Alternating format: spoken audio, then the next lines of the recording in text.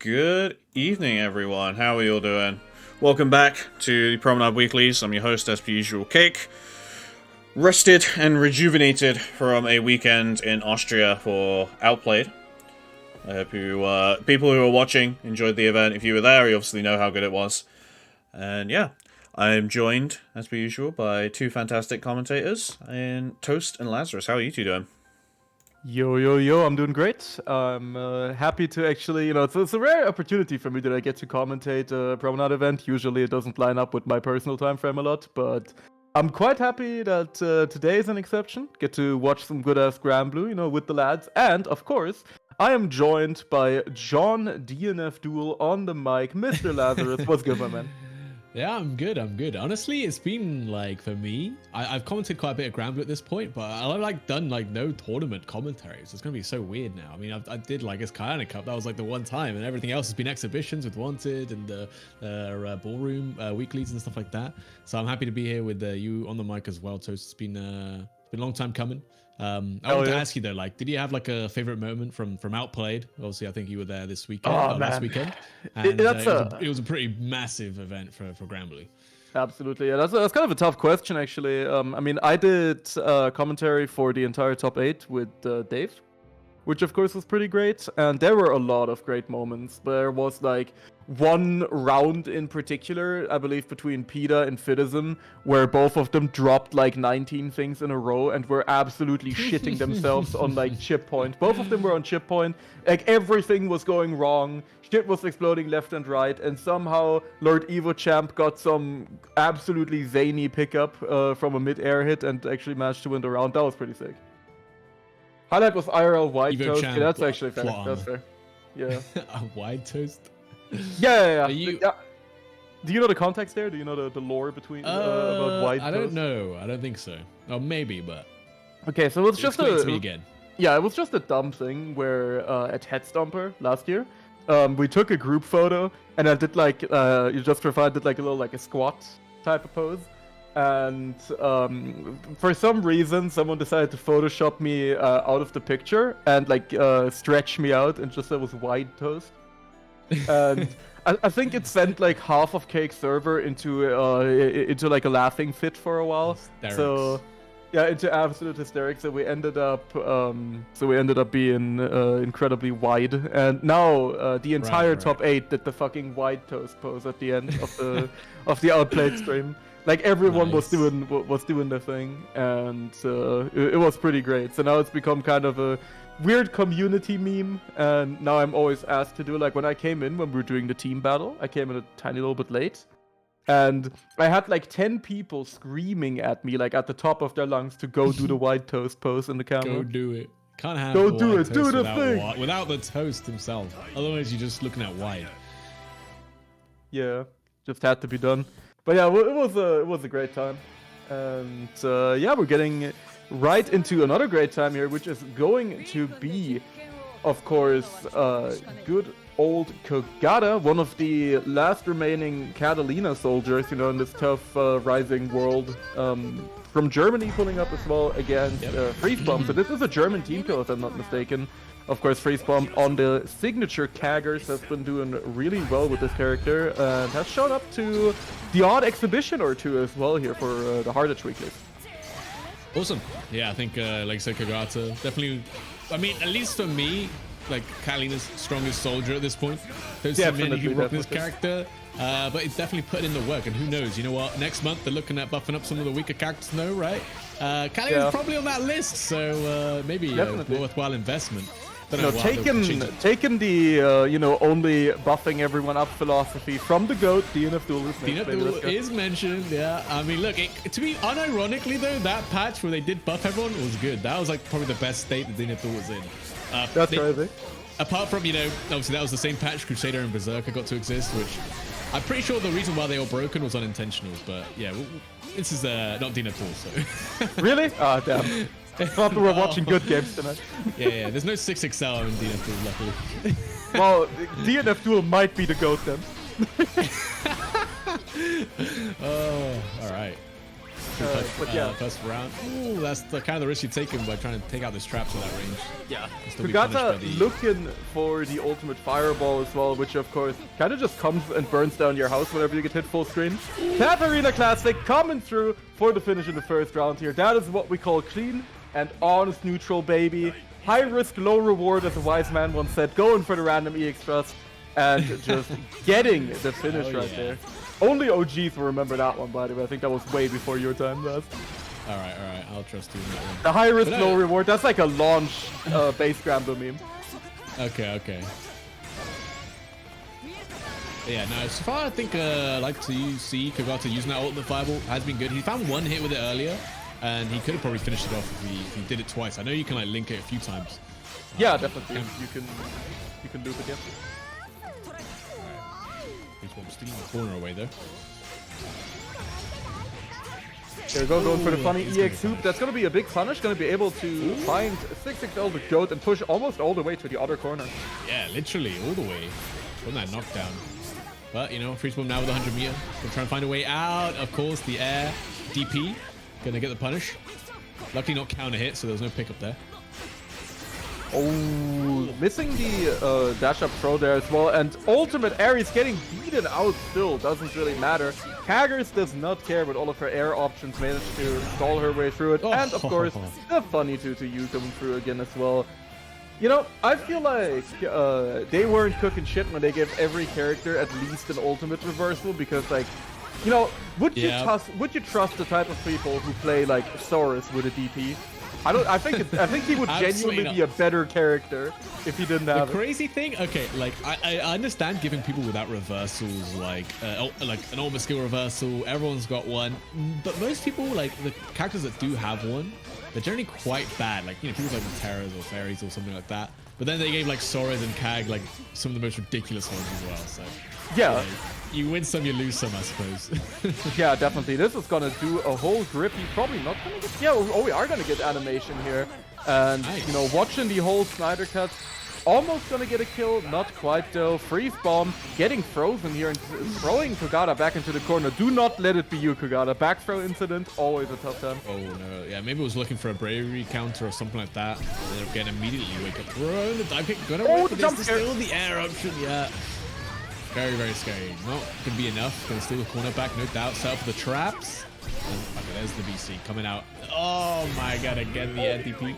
Okay. And just sends it on the non-EXDP Kogata, taking the first game here in what I can only describe as a drunken bar fight in Birmingham. That is crazy.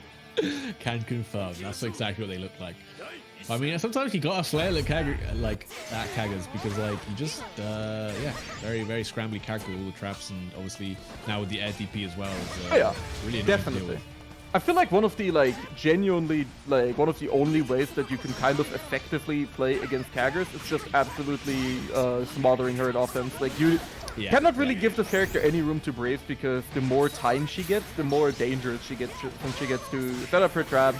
She gets to go for her wacky air options, maybe charge up way in the rock as well, and you just can't give her any opportunity to breathe.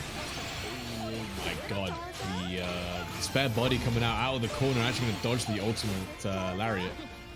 Yeah, liking the block on the overhead there from Kogata was definitely ready. Oh, tried to get a little jiggy with it with the raging strike there as well. And right now we are just sending every brave counter under the sun. None of these players want to deal with the shenanigans their opponent has to offer. Be careful of the trap though. Another one. Okay.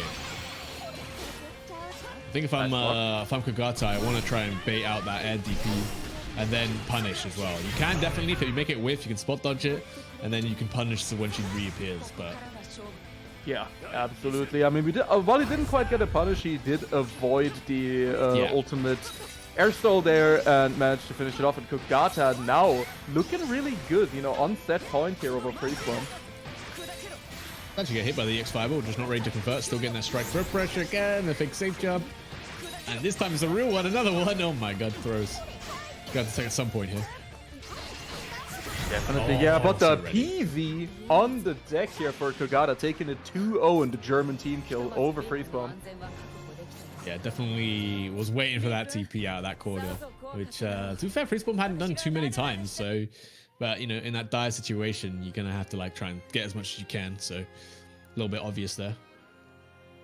Definitely. So I'm liking the Timo ZK. That's the go on here from Shaylee.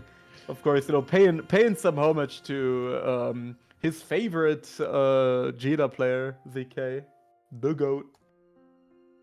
Against Dugong here. Now Dugong is kind of a crazy gamer for sure. I mean, what do you mean by that? So he's a Grand loyalist since pretty much day one, like since he started playing even base Grand madness. Yeah, already madness. He is already kind of the GOAT for that. And he just, you know, back in the day in base Grand Blue, he used to play Gran with the Vern weapon and Vern skin, which looked absolutely like horrific. And this man would just hunt you down and just play like a complete demon while rocking the Vern V-Lone on. That shit was absolutely crazy. Now, unfortunately or fortunately, he's kind of found some drip in his life. He's rocking the Eternal skin now. Eternal. All right, you know what? We appreciate some evolution. You know, some personal developments. This is a good movement in the right direction. Let's just say. Definitely. Still playing Grand though. You paid some good guap for that skin. You better use it. Yeah, we got the double Eternal skins even.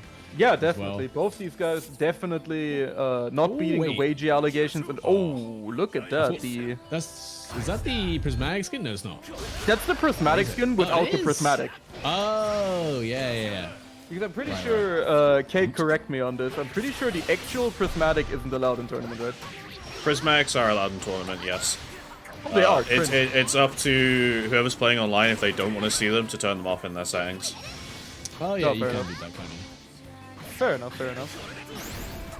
Thankfully, we don't have enough people with bad taste on the weeklies usually, so we get to have to turn. What you mean to say is, thankfully, Xeno isn't in bracket today.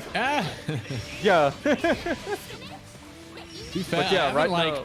I mean, I haven't seen any of the prismatic ones that I've actually liked, so. Yeah, they all look I don't think I've seen them all.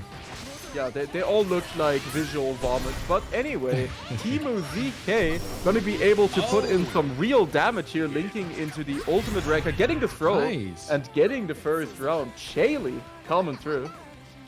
Yeah, very clutch. Yeah. So I gotta tell a quick. Yeah, I gotta tell a quick lore fact here about Shaylee. So this has nothing to do with gameplay, but I just want to point it out. For some reason, you know, Shaylee was outplayed as well. He has the wonkiest phone camera I've ever seen. It looks like you're in heaven. Like everything is bloomed into oblivion. So he was sending us photos during outplays that looked like they were taken like on a 3DS during a solar flare. It looked so fucking funny. Nice. You know what? I like that. Ugh. Yeah. Just absolutely like POV, you've ascended to the pearly gates type shit. Oh goodness. Nice, beautiful stagger. Any reason why the camera's like that? Is it just the phone's busted up? Yeah, I have no idea. I don't know if he's on that. I don't like a 2004 camera or something like that. Yeah, maybe the Lord just blessed up his photos. I have no idea, man. Maybe. He'll have to tell us, but it definitely they look real messed up. Oh my god, what a reaction here. Siegfried, is that you? Shaylee coming through with the SBA right now. Beautiful stuff. Good reaction.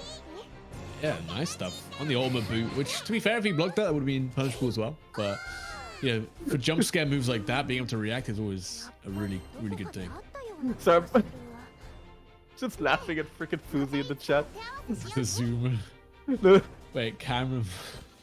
But I showed what does that even mean? Camera mogged. Oh no! I showed I showed him that I have like an 8K cam on my phone, and Fuzi thought it was a traumatic situation. I see. All right. Ooh, great interruption. Like that buffer into the raging strike as well. Oh, nice punish. Yeah, Dugong honestly has been getting some really good stagger pressure in, but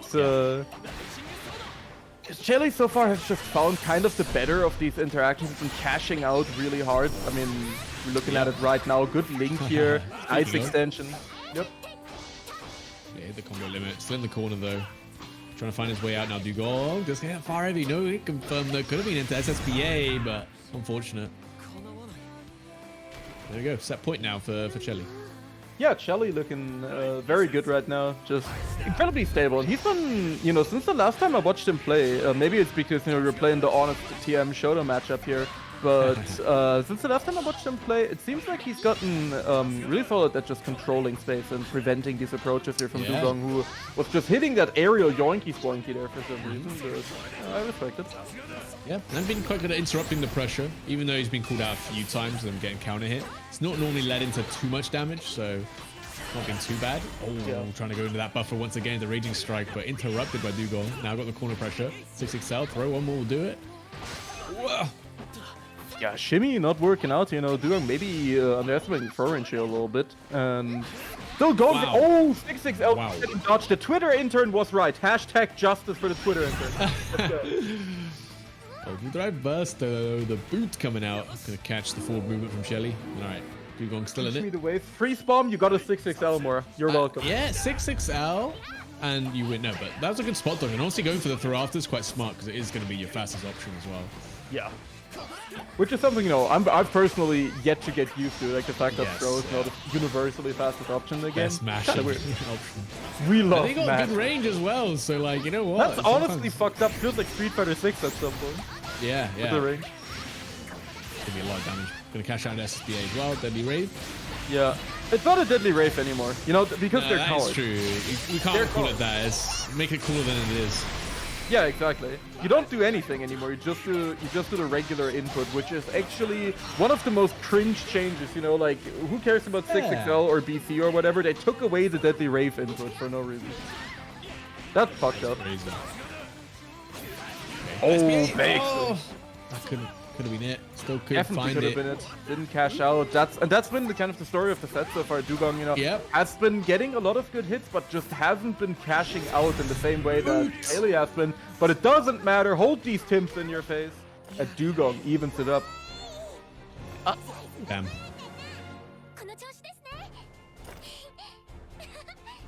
Yeah, they made Jita even more boring. That's a fucking great patch. Thank you, Arnie. That's a shame. So, who would you say is more boring though, Jita or Grant? Definitely Jita. It's not even close. Okay. What makes him more boring? Do you think? Just I feel like it's more of the type of players that, you know, no offense to Shelly, but it's the type of players that pick Cheetah are the type of people who just want to play like, you know, like, because I always think back to the fact that, you know, Lord Eva Champ Citizen, like when he didn't want to put in effort anymore, switched from Percival to Jita so he can play boring while not putting in effort. Queen of Footsies, yeah. Yeah. Meanwhile, with Gran, I feel every Gran player has like Black Air Force energy. Like they're all just a menace to society. I guess he's like a bit more like Soul Bad Guy, you know? He's like more about finding that one hit and cashing out to huge damage, whereas Cheetah's just playing super solid, takes the corner from anywhere. Dodge, like, oh, it could be whip punish. Like Gran players play like they're trying to harm you in real life, which I think is much more interesting because Jita players, you know, Jita players play like they're trying to make you die of old age before the set's over. Yeah. Okay. Yeah. I can see that for sure. Yeah. I mean, I personally find Gran more exciting, but didn't know it was, you know, universal. Yeah, you know, it's a respected opinion, sir. I think so. It's a good opinion. It's a good opinion, sir. Look inside. Yeah. Look inside. Factual information. I mean, we don't have a riot on commentary right now, so there are some facts being disclosed. No misinformation. Oh, yeah. The delay close light. They're gonna close it out for Shelly. Nice, moving on in winner's side. Absolutely, yeah. There we go, Shelly. Coming off of a good performance here, taking a 2-1 over Dugong, who still has, you know, who's still gonna have an attempt here over in the loser side of the bracket, but Shelly will be moving on. And I mean, that's the most important part. You know, you gotta get that non-0-2, and that was my goal at Outplayed as well. Oh, nice. Did you go not 0-2? I mean, I didn't enter Grand Blue because I value my sanity, but I entered Street Fighter 6 and I went 2-2, and I won a set on stream. Nice. So. Nice. Are you still playing Ken? Yeah. Coming at you. Nice. Coming at you. He's still the same, you know. Yeah, he's I still mean, good. Yeah, I guess he got very minorly nerfed, but yeah, he's Yeah. still bringing the heat. Yeah, he's still bringing it. He's still coming at you. And you know who's also coming at you? Big old Sockenheimer, who is currently repping the Nier, which is... Make it stop. Please don't. It's about time, huh? Yeah. Wait, I was about to get it. All right. I mean, we did see Sockie yesterday on Wanted bringing out the Siegfried. You know, had some fun playing the low tiers. Now it's like, it's time to make people feel pain. Exactly. He is sorry, chat. He's not sorry, by the way. I just want to point that out. Sockie is not sorry. It is real, and he's not sorry whatsoever. Nah. You know what? You got to get those W's however you see fit. And definitely Nier's up there. And you know what? As much as this character is painful, we don't have enough people playing this character, so... Actually, are you sure about that one? Yes and no. This guy hasn't played ranked. I mean, neither have I, but every time I tune into Swampton doing its like 20th character to Masters, like every time like 90% is just like Nier players who rotate every defensive option except blocking. Yeah, that's fair. But I mean, that's the problem as well, is like, when you play Nier, you're automatically S++. That's probably why I haven't ran into them yet, you know? Oh yeah, definitely. I think you have to actively try to not be Masters with Nier. Like, you have to put in effort to play worse enough. But yeah, there we go. Sockie, take it to personal, but like all shit talking aside, Sockie, I think, is actually one of the best Nier players in Europe, like unironically. He only whips his character out every so often, and he actually, both him and Citizen actually practice the character to some extent, because, you know, they are, Citizen in particular, of course, Lord Kai and a champ going to the Arc Finals. Actually picked up the character because the event was going to be on the PS5 version on PS5 before the delay got fixed. So he was like, I can't play Siegfried the way I want to in that environment. Oh my God. So I'm just gonna be picking Nier. And Sockie has also been picking up the character. I mean, it works anyway. It's probably the best way to learn a character, and I think we already have the pool stage, or like the first round. Which is going to be against Zippy, I believe. So that experience against, you know, as Nier will definitely help you know a bit more where the character's weak or where they're not, perhaps. So it's probably the best way to do it. Yeah, definitely. And Sockie, I mean, as I said, has actually done incredibly well with this character too. Like, you know, everyone, of course, is all about the Sockie Charlotta, of course, definitely, like, no doubt, the strongest Charlotta soldier in Europe, not even close. Probably, honestly, probably up there in the world. I think so? Even with the Zekrom? He's cooking? Yeah. Oh, I hate that setup so much, man. Yeah. It's gonna lead into the super as well. Going for... Oh, speaking of though, oh wait, oh damn. Yeah, it's not happening. I thought he threw. I thought I saw a throw recovery coming in. Never mind. Unfortunate. No sheep buster today. Yeah, not. Buster sheep, man. That's I don't know. That's actually what. That's what the sheep is called when you send them, right? Yeah. Ridiculous name, by the way. Absolutely. All of the names are pretty crazy there, but really fluff them and stuff them. Like, damn, bro. That character? What were they cooking? They were definitely cooking up something strange in the cauldron. Yeah. Speaking of cooking, here's, you know, the Nier experience, and Flipper was no longer having it. He just laid down and died, and I can respect that. You know, I would do the same. I would not want to deal with that either. And looks like he may have made a swift exit as well, which again, it is Nier. It's easier this way. What's the score on 2-0 the whole time, chat? I actually didn't look at it, and if it were, it would still, you know, would still check out. So. No, Flip still exercise his free will. That's how I like to see. Yeah. The free will to hold forward. Real. Everyone is welcome to it. Now he's actually still in here. I think it was just a game freaking out. Yeah. Probably. And even if, you know, it's not exactly rage quitting when you're dead anyways. Yeah. Oh, okay. Never mind. So maybe it was Sockie who did it. Because Sockie wasn't. No, he was. He even said GG's in the chat, you fucking liar. No, I meant as in he just went forward in the game because he wasn't the one. Oh, wait, no, I meant in the lobby, bro. Yeah, he said GG's in the lobby, bro. What are you? Oh, did he? I haven't got that, bro. Maybe it was. This Lazarus guy is taking up the mantle of Orion for the night. Spreading misinformation, bro. I'll show you. I'll take a picture right now. Oh shit! Never mind. It's moved up now. Well, technically not. It's over. It's so fucking over, guys. Real. But yeah, there we go. Getting into our next match here, which is going to be Yipmaster 420, as seen on several high-level replay channels, versus the one, the only, Grant and Fantano, of course, Tuho Juho versus good old Tatsu, who, by the way, he should have at least put, subscribe to Toast Senpai Real for giving him that name. Since I came up with Grant and Fantano. Is that your name, your claim to fame? Oh, yeah. Ouch. Oh, drops it. Okay. When are they, I gotta ask though, when are they gonna fix the goddamn freaking lobby bug where it's just the same, when you're spectating, both characters are the same, like, during the... But they're never fucking switching it's been, how long has it been? It can't be that hard, no, right? They're never fixing that. They haven't fixed a bunch of shit. That's the feature. Like, they didn't fix loading bugs from release-based Grand Blue, and they're still not fixed in Rising, and they never fixed them in release-based Grand Blue either. Like, don't expect them to give a shit about the PC port. Right. Okay. Well, it is kind of crazy, actually, Gekiko. I am kind of the origin point for like more memes than I can think of. Well, heavy counter poke. I like it. Yeah. Good stuff. Definitely not a button you see very often.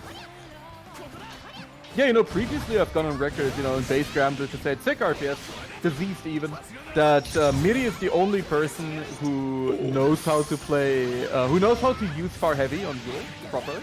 Okay. But Tuo has gotten better. Yeah.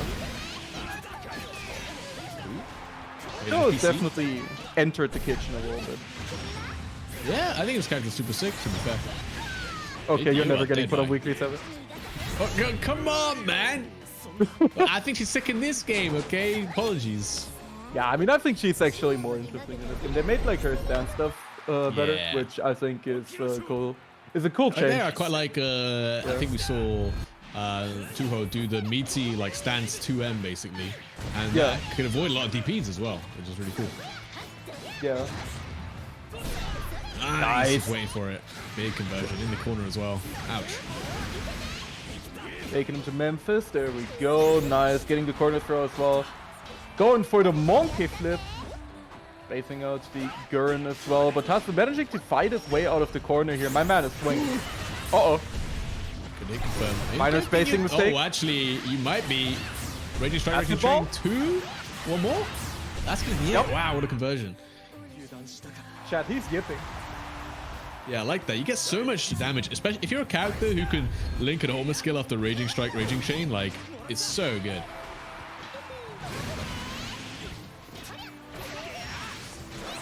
There we go. Nice. Tatsu with a nice cancel there into the 6XL, catching Tuo, trying to stop the 5U from charging, but we're DP in immediately. This is a Yule player on defense, baby, or That's cycling through those defensive options, man. Yeah, that's the kind of the Yule experience. Like, you close your eyes every time you get knocked down and you flip a coin, and depending on the outcome, you either DP or you go for the backflip. Yeah, the Hanarashi order is. I mean, what do you want, Fuzi? Like, there is nothing else to talk about in this game. It's a nice 6XL. Like, it's just how it goes.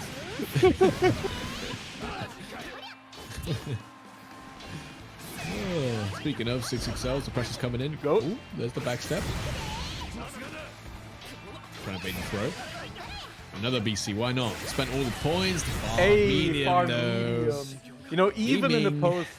Even in the post 6XL world, Yule Far Medium is still like a Mickey Mouse button. It is still incredible. Yeah. Absolutely. And with that, Grant and Fantano gonna be the busiest losers bracket inhabitant, and Tuho will be moving on in the winner's side. And oh, he's got Miri ahead of him, so it's gonna be a toughie. We got another big heavy hitter matchup here. We got Bonsai, another DNF duel Chad coming through. Absolutely. launcher's strongest soldier for sure. Shooting arrows now with Matera. Yeah, But, I mean, went from the blicky to the arrow, back to the arrow, I yeah. should say. Honestly, kind of like a downgrade, but we'll Yeah, of course. But Bonsai, infamously the author of the triple meaty ass into feet combo. It's a true combo. It is a true combo. It is a true combo. He posted it on Twitter. Oh yeah. I think got some traction. There we go. Who's next? Monk's next, and then it's fucking no one. Nenmanster. It's Nenmanster, bro. Who the I love fuck it though. is Nenmaster? So with DNF Duel mentioned, obviously, do you know the cake, the sacred cake that leaked all the DLC basically? No.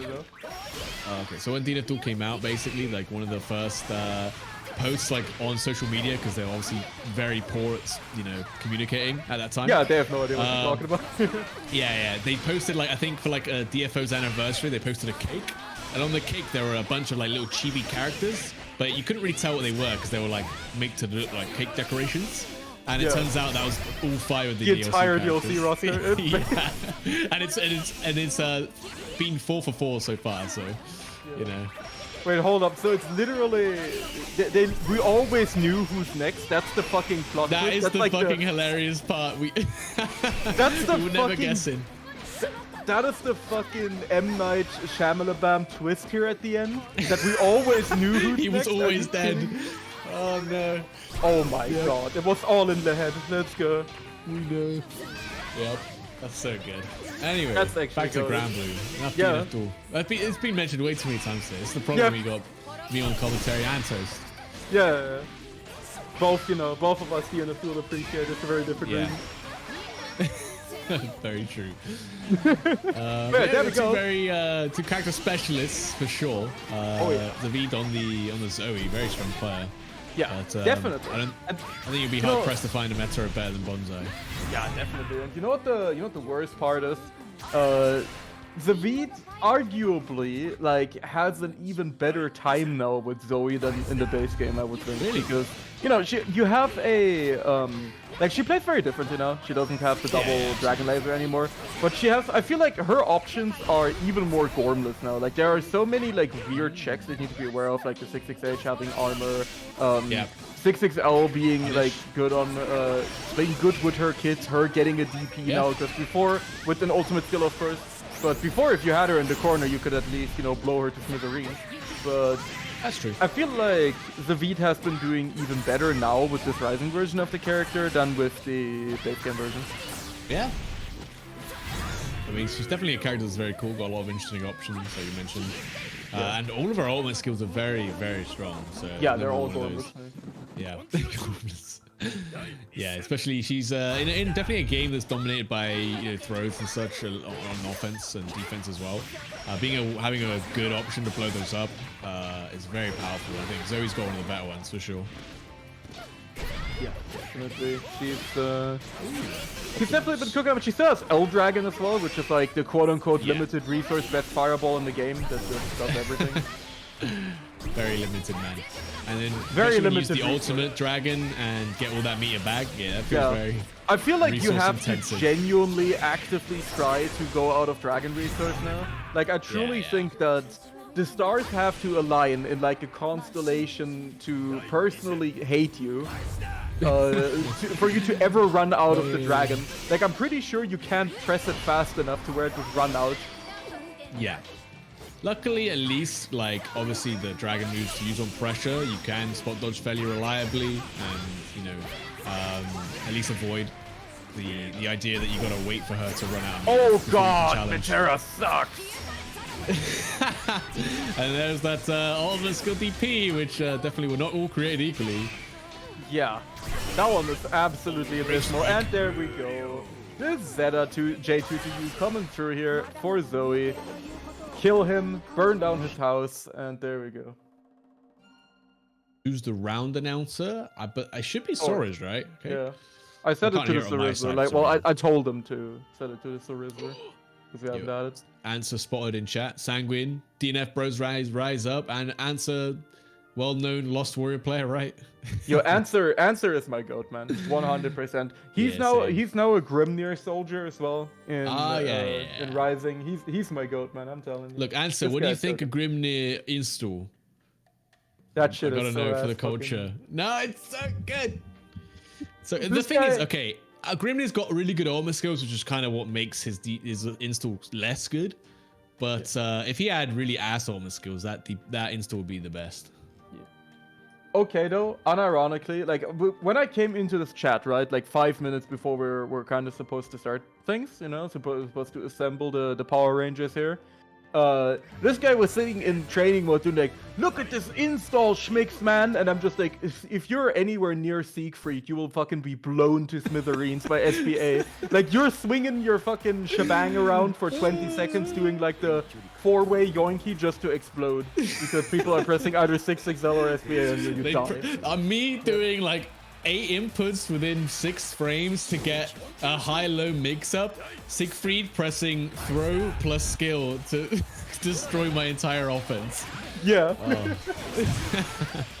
But yeah, there we go. No. Now we got Sang Wiener, my fucking lad, coming through here with the Siegfried, of course. You know, the old honest mids man. You already know. Yeah. Do the diva, I like that. Where's the diva though? Yeah, I mean, I can somewhat understand not wanting to play the diva into Siggy Bird. Because, here's a fun fact as well. Not only, of course, you don't really want to scrap with this character, but even the Metera matchup is very miserable. Because, of course, not only does he have SBA, which kind of invalidates Metera's entire kit, he also, on top of that, it's not oh my god! I was so wrong. Yeah. He also has the ultimate fireball, which is very, very fast and causes a hard knockdown, so you can super easily get it on Metera almost for free when you have some meter. Yeah. I mean, definitely, wow. I mean, I'm so surprised that damage, man. Holy moly. I forget how much EX for Dragon does. Yeah. Jesus. This character, bro. I mean, he's just a guy. He's just, you know, he's got a big sword. Big sword, yeah. Big feet as well. If you see, that's my problem with this character. Is like, yeah, he's got a big sword and he should have big sword normals, and then he's got the biggest legs in the business. Like, what the hell, bro? What's the deal with that? Oh, he just got them big J's on, you know. Yeah. Ultimate fireball, Yeezys. The goat. See. We're dispensing mids right now. A mid is being pressed as we speak. Oh. Plus on whiff gaming. Yep. Love those stuff. Oh god, why did he try to get wacky with it? Sanguine doing what he does best, throwing away a free game just for the sake of being funny. That's the Sanguine special right there. Look, if it worked though. Unfortunately, yeah, if it worked, would have been kind of goated. Yeah, it's extremely reactable. At this level, you will never get... the only way you'll really hit it is if you manage to get the armor to come out and blow through like someone's button who's had 20 frames to start up or something. Yeah, it's like... And then they just cancel it anyway.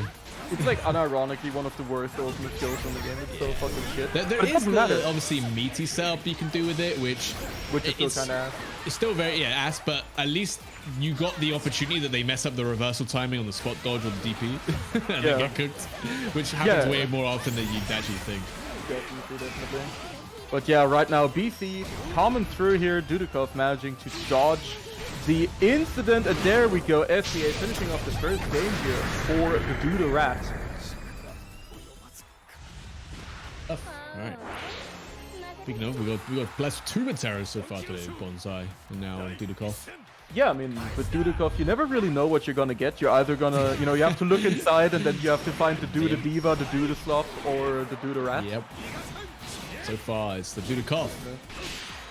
It was awful as well. When we were, when Dave and I were commentating top 8 at Outplayed, we were doing the whole do the something bit like the entire time he was on stream, and we were coming up with worse and worse like versions of it. Like it was like, you know, hitting the Duda drop into the Duda confirm, getting getting Duda. Everything is Duda. Yeah, I like that. They should not let me and Dave on commentary together, man. It's such a recipe for disaster. It's gonna hurt a lot. It's gonna be going into the shots of banger. Is that what that's called? I know you went on Twitter on a tirade about people talking about Siegfried's moves and not knowing how to pronounce them. Yeah, exactly. Yeah, it's pronounced Schwarzefänger. Schwarzefänger. Okay. Yeah, that was pretty good. Thank you. I never tried to do the super. I know the dragon and orchid. I don't know. I can't remember what the fire move's called. The fireball. The fireball actually Got some goofy ass has, name. the fireball and one of the other moves have a French name. So. Oh, yeah. It's the fire. Well, actually, I don't even know what the fireball is supposed to be. It's Nella Nub. I have no idea what the fuck language that's supposed to be. Never be. But it doesn't matter because the only move we need to care about, fellas, you guys already know. You're already popping up in the chat. It's the goat. Ooh, Yuri. I thought it was gonna be 6XL, but. Me that too, but like that's not specific to Siegfried now. Yeah, I know how to pronounce that one. Yeah. Oh, Thorbay. Oh wow, look at this conversion as well. Maybe a little bit more. Sniped out the sky by the starry sky. Go. Penguin. Oh my, stop! What are you doing? Stop doing the fucking... I think he's just trying to armor through like maybe a button into a cancel or something. Oh my god, Nelenup is Van Halen backwards. I hate Sagan. That makes so much sense. They actually have a ton of like metal references and like rock references and most of their moveless as Dudikov takes the set here by the way 2-0. They have a ton of references like all of Sandalphon's like stuff that he has in the game, like all of the in the gacha game. They're all named after huh? Oh yeah, off the caps, yeah, I'm on it. I need to grab my something happen?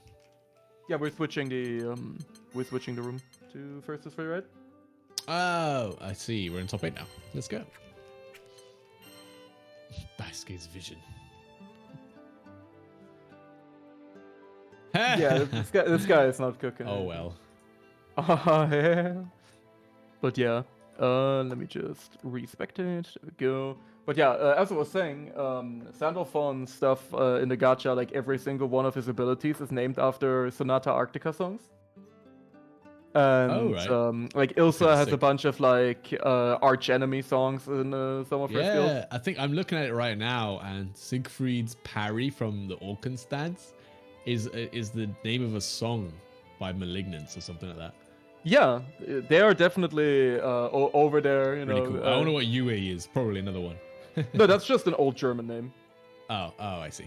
I'm not sure like what exactly the reference is there, but Uwe is just like an old German name. So with Siggy, there's a lot of weird mixtures of references between like the Nibelungenlied, which is like the old saga that Siegfried is based on as a character.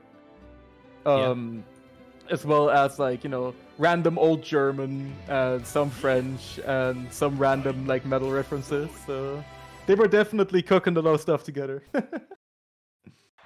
Like that. That's one of my favorite things about, like, for example, in Guilty Gear, obviously, yeah, very, very heavy metal inspirations, and that, you know, occurs in all pretty much all the move names. Oh yeah, absolutely. One of the favorite things about it as well. Right now, Stockenheimer. Zavid, Time to Perish. Yeah. Minor spot dodge cancel mistake, burn down his house. Yep. They added a sound effect to try and make it easier. They're like, okay, we're not gonna nerf this. We'll just try and make it so if you're listening, you can maybe react like 0.2 of a frame faster. Yeah, I'm gonna keep it a stack. No one reacting to that shit most of the time. Technically, you react to audio like cues faster than visuals, but yeah. I don't know what they were cooking with that one. Yeah, I mean, it is definitely somewhat questionable, but here we are, and you know we're still in there. We're still in chat. We're still there. Light saying the first 238 has struggles to feed. It's not a good time. Oh no, this is bad. Now, if you're in range to get near to M, usually you're in for a pretty horrific time. Good blocks this time from Zavid, going for the BT as well. Nice pickup, and look at the damage here. Oink, yep. boink. Ooh, that's good. Just looping. Ouch. Minor. walking forward for a frame mistake, Parrish. Yeah. 2-1 for. I was literally about to say 2-1 for you coming in, and then he did it already. I hate this character 2-1 for you so coming much. in. Another BC God. had to be spent. The dash He's trying to dead. catch. Yeah. Unfortunate, taking that risk that Soki might counter poke or something, but not happening. Ripperina. There we go. Dockenheimer taking the first game here. The Vade still, of course, has the opportunity to make a little bit of a comeback here and has another game as well to spare. But he's still coming at you. Coming at you. Oh my god. They should Wait. put Ken in this game, honestly. Yeah. Nah, it's gonna be like, obviously we've had 2B now, very cool Yeah. character. Yeah. I don't know, like there's so much potential now that 2B's in there. Either that or they just sell the rights to her like nobody's business. Oh yeah, You know? yeah, I mean, she's Yoko in so Taro many games. literally said on Twitter, and I fucking quote, I will collab Nier with anything because I just want to make money. That's That's so why he's my fucking goat. real. That's why so he's my fucking goat. real. Like when the Nier Automata demo came out, he also asked people on Twitter to send him zip files of 2B fan art. Zip files specifically. Yeah, specifically zip My files. He guy was asking for the needs archive. the space. Yeah, because he needs it archived. He needs it compressed, or it's not gonna fit with the rest of the art fan art. Yep. There's 2-on-4U versus the better 2-on-4U, basically. I was about.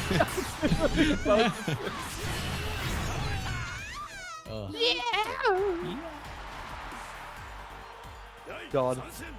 What a fucking Mickey Mouse character. It's funny as well, because, you know, obviously we all know that Saki is like one of the best players in Europe. Like, Yep. no matter what character he's on, he's just incredible at this game. So it makes it all the more funny for, you know, to bully him for playing near this. Yeah. I know exactly what you mean. Yeah. Because you know this guy doesn't need to play near to win, but No. we're still gonna pretend It's like like- he does. And the worst part is, like, when you're playing against like some no-name near play like that, they're carried, and then you get Soki like, I want to say it, I want to say it. I want to say it, but you know it's wrong, so it's like, ah. Yeah. God damn it, man.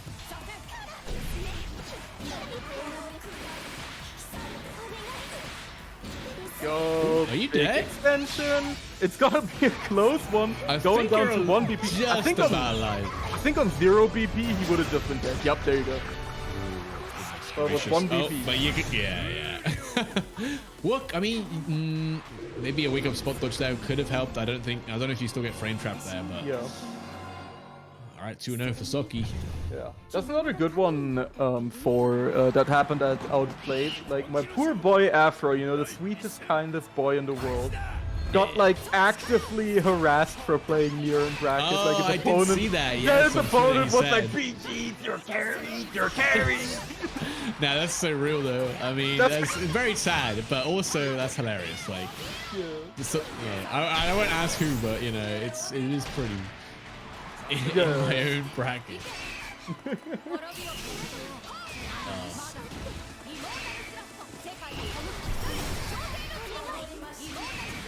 Beat it back, spent 50 SBA gauge for it. We'll be seeing right back though. With 6XL plus. Shout out to yourself, my good. Yep. Oh no, had to kill, but still gets the throw bait. Very nice stuff. With the ultimate Thunder. Dude is out here thunderstruck, that's for sure. Thunderstruck. Oh man, what a banger of a song. That's a certified classic. I love listening to that while Yeah. sipping Boomer Monster and thinking about fishing. Yeah. I don't. All right, that's hilarious though, because unironically, my dad like absolutely loves AC/DC. Yeah, he's probably like fishing. Plays that song all the time, and yes, he'll play it like we're on a boat or something like that. That's so hard, Yeah, man. it's Shout out so to all the dads, bro. That's Yeah, that's a real one. that is some proper like boomer core right there. You love to see it. Yeah. That's hard. I'm glad everyone else has had that experience, or something Yeah. close to, anyway. Yeah, for my dad and I, it's Metallica, but yeah. Yeah. Ooh, good thing that whiffed. Dash heavy. Weirdly, doesn't have the follow-up hit on whiff, so... Yeah, it's kind of wonky looking in that regard. Uh-oh! Tried to press something. Minor existence mistake, I suppose. Saki taking the round. Oh, yeah. Definitely, obviously, you know, we can talk about near strength all day, but that's definitely one of the hardest things to deal with is the fact that she gets such good confirms from anywhere on the screen. Yeah. Very I mean, now with Raging Strike, that's slightly homogenized, but she gets to do it with and without. Oh, where's she gone? Oh, She's drunk driving. Piloting death is hard, bro. Don't death and drive, whatever. You know. That was neither near nor there, I suppose. Shut up. Oh my god, we're going straight through. No, that's an answer. I mean, obviously a very punishable answer, but it's something. Oh, the TK Thunder again. Okay, we are. I would give up if I were stuck. I'd just go home. Yeah, I'd be like, all right, I'm teching way too much. I kind of get it though. You know what? Misfortune does lose to throws, so definitely one of those characters that is kind of forced to, you know, quote unquote forced to attack sometimes. Forced to tech. Born shit, I don't know. Yep. Also, thank you, Gekiko. At least someone appreciates my comedic genius. But neither here nor there. Good. Neither near nor. What do you say at the start? Near without the automata or something? Yeah, near sin automata. Sin automata. Yeah. Yeah, Zoe's coming at you. Nice. He's drunk driving again. She's drunk at driving again, yep. It's giving Zavid a chance at life. Big jump on the 2 and 4 U. Doesn't get the biggest punish though. Plus frames. Nice ball dodge.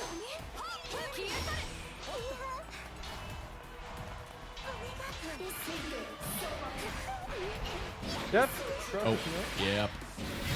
Cooked. There we go, cooked, and that's gonna be set point here for Big Sockenheimer. Hey.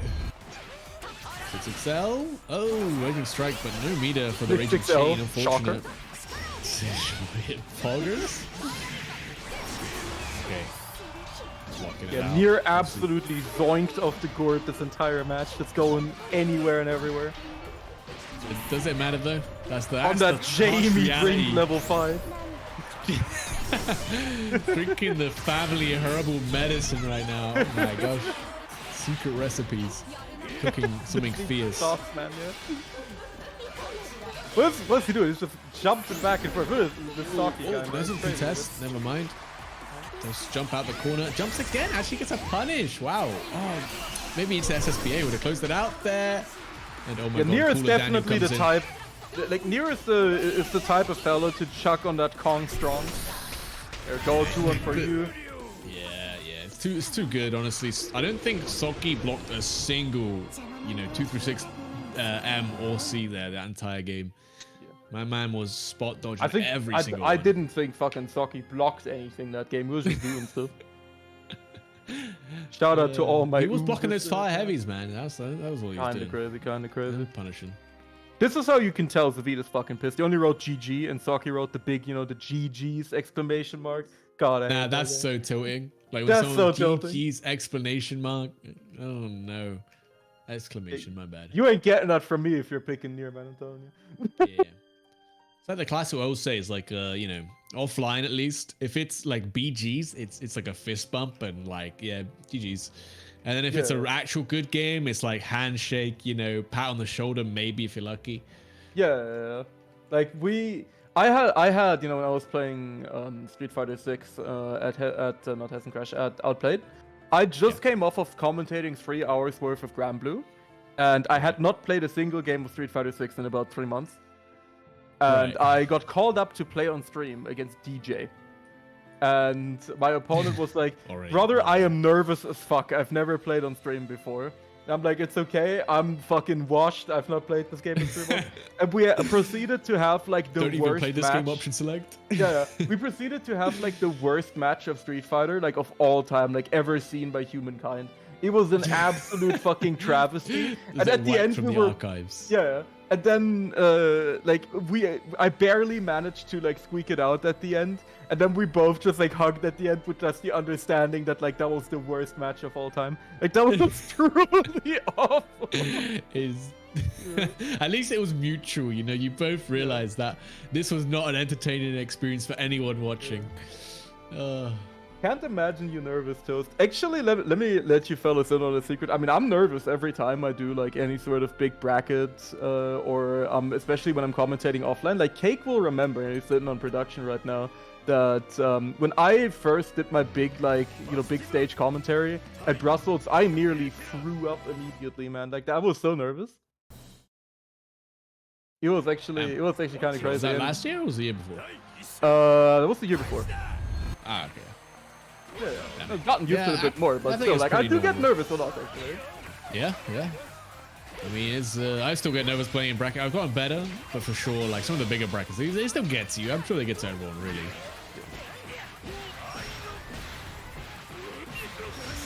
I was at Brussels, but not last year. I was there 2022.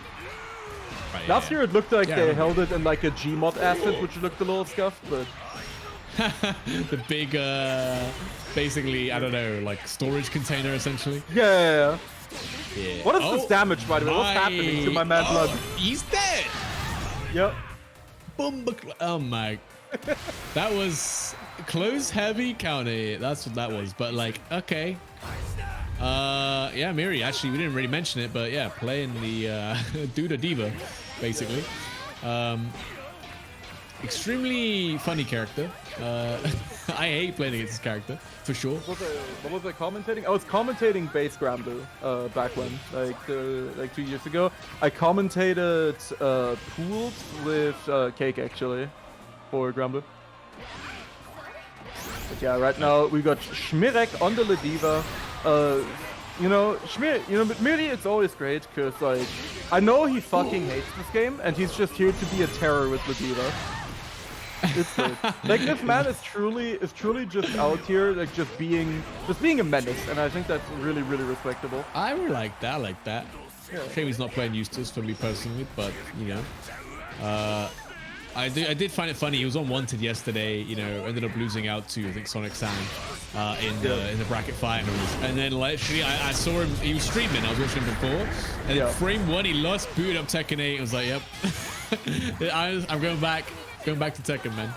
Yeah, I mean, that's why he's the GOAT. Like, Yeah, that's real. you know, he doesn't even get upset at Rising anymore because it's like, would you be upset at a dog for barking type of deal? It's just its nature. Boom! It's in his nature. Oh no! Oh wow, that was a punish? Damn. Alright, my goodness. Miri, just looking so clean. I feel I should hop in just for a second there. That was a punish on, what, JL? That's frame perfect. That's a one frame window. Yeah, I mean, it's Schmirek. I'm not even shocked. Like, doesn't even face me anymore. It's just Miri.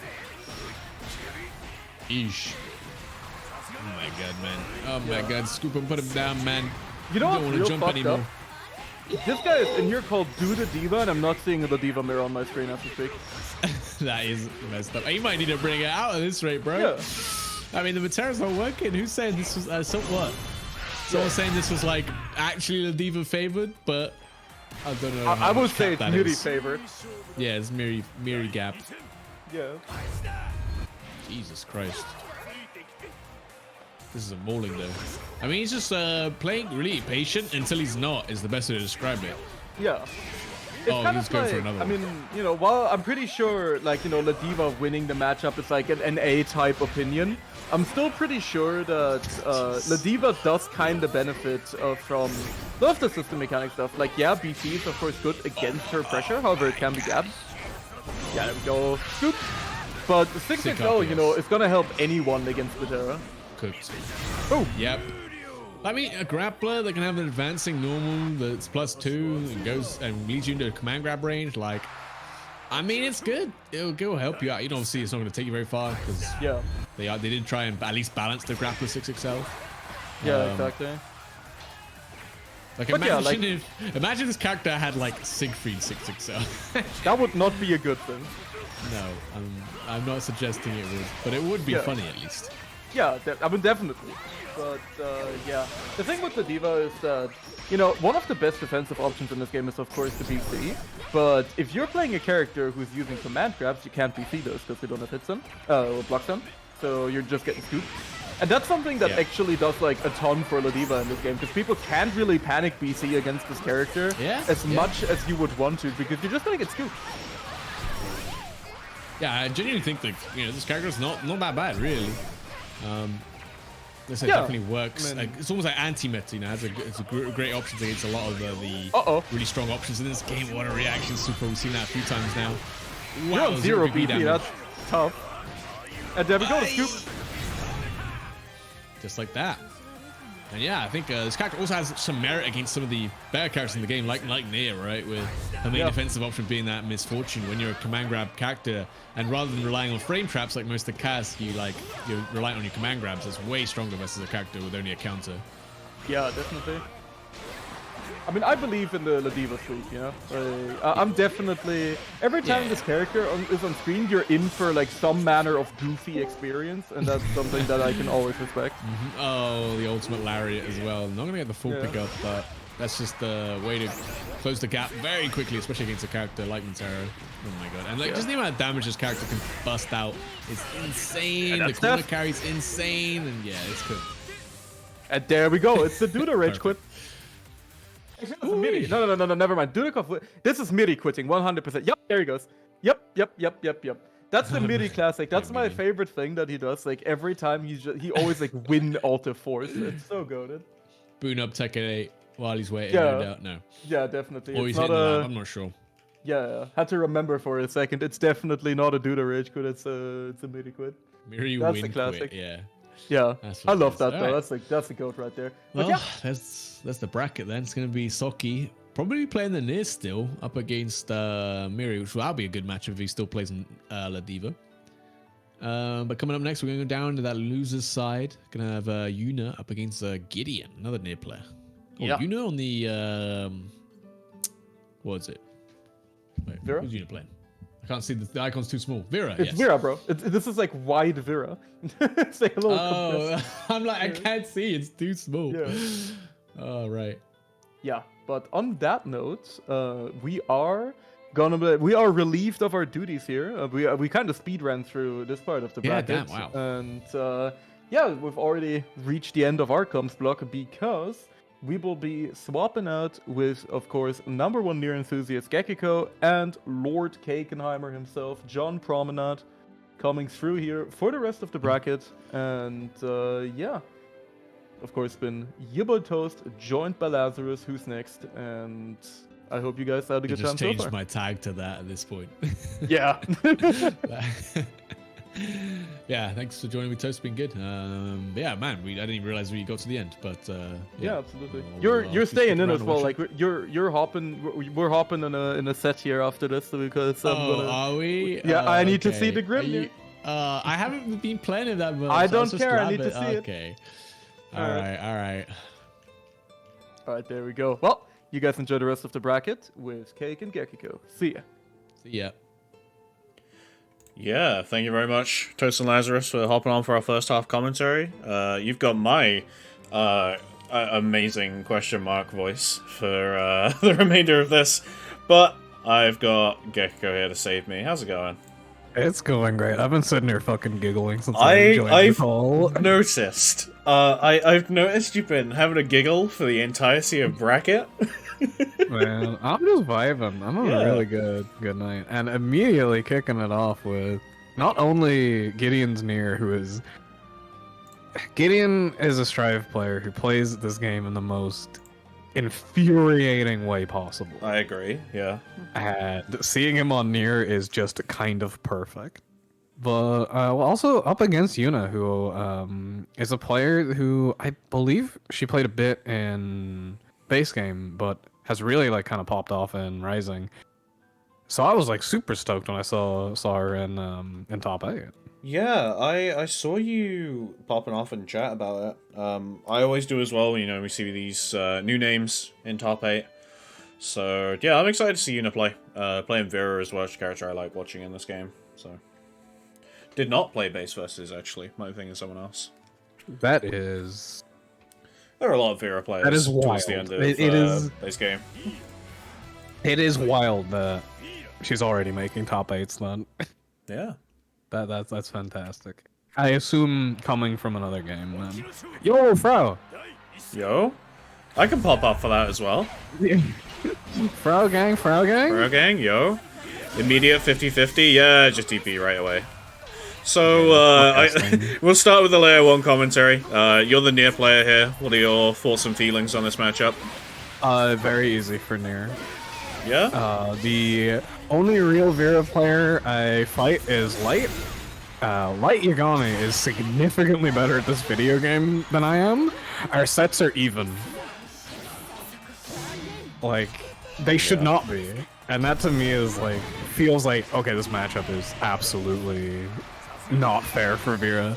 There's a lot of like pressure resets she has with stuff like the M Scarlet Oaths. Every 6XL is bad against Nier. Why did Yuna do that? Why was that not punished? Sorry, that was full auto combo on block into super as soon as Gideon hit summon the state, and then Gideon didn't get the punish. What is happening today? I respect it. Like, Do you? Layer 1 against Gideon, like, you can't play... This is what I was gonna say, by the way. Yeah. Yeah, that... Trying to do those pressure resets with M Scarlet Oath, just not good against Nier. Like, it's reversal weak in general, but holy shit, Nier's reversal is not right. Yeah, It's I mean, not that's kind of the okay. thing. Like, when you're weak, part of your pressure is going to be weak to reversals anyhow. Getting hit by what is the best reversal in the game, you know, the highest damaging, is going to be a big problem. Yeah, I at the found a moment. 50-50 off it the other day. Yo, nice. Yeah, so, you genuinely get reversaled into a blender. Yo, nice jump. Yeah, really good jump. Yeah, Gideon going to take this first one here. Not looking like too much of an issue at the moment. Yuna been fumbling a little bit in neutral, but neutral is difficult against this character, for sure. Yeah, 6XL I feel like immediately, there's- let's go. There's no real way to play clean against Nier, I find. She's just... Her buttons are too Yeah. good and her specials are too good to really be able to form a solid game plan against her at the moment. Oh my god. Not able to get a full pickup off of that, but the heavy misfortune against the dash heavy. Just on reaction like that. That might not have even been on reaction, that was quick. Yeah, like, that's a big thing that I'm been, like... I feel with this character. It's just... She's got, like, Nice. so many strong points, but the DP just completely ruins, like, almost every matchup she has. So many matchups are supposed to be bad for her, like... I feel like she's supposed to struggle against rushdown characters. Anytime I fight Jita, I feel like this matchup's supposed to be bad, but heavy misfortune. Yeah. Oh, but you can't misfortune that. Command throw is going to land. Get Yuna into that install. Gideon locked in the corner, but for how long? Yeah, that Brave Counter going to come out as well. Then the side swap off the 6XM afterwards. Yeah, that's like... I get it to get you out of the corner, like, and Gideon, like, blocked right after. That's -2 on hit. So, like, I like it. Using it out of the corner. Using it smart, too, because, you know, again, didn't press anything. Yo, teleports. Yo, we're baiting those DPs? Oh, shift point here, yeah, I'm just gonna get yoinky by the 6XL. Yeah, Yuna using Vera's 2-on-4U to just not have to play a single scrap of neutral against his character, so... Yeah, I understand absolutely respect that decision, yeah. I mean, Nia can do the exact same thing back with her own 2-on-4U, so...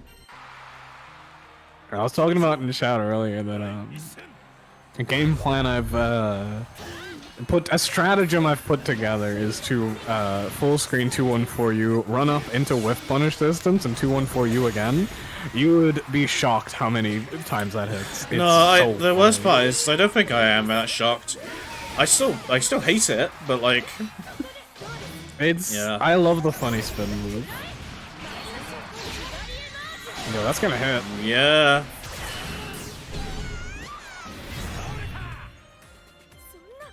character, man?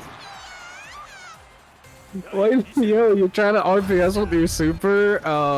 Sorry, die. Misfortune. Yes. Oh my lord. That's like less punishable now than it used to be, and Nier is still just like, nah. Bro, they made this game for me. Nice, getting the throw. Layering in the throw a little bit harder now because Gideon has been heavy on that heavy misfortune. Yeah, the other thing he's been heavy on as well is just these BCs off the safe jump, so I wonder if Yuna's going to take notice of that, because that's... Yeah, we've seen it there, just on the aerials in general. Some of this coming out quite a lot, and it's very easy to bait, like, especially if we go with these low down safe jump aerials. But Gideon sitting on no BP now, not going to get the punish here on the transformation. Yeah, just a little too far out. Got anything so... Oh my god, that throw did so much damage. 0 BP throws. Also, like 2,500 for 0 BP. It's a lot. I know that. Big number. Big. Gideon going for these 236M setups. In my opinion, people are getting too good at BCing correctly against her that actually being plus 98 may no longer be enough.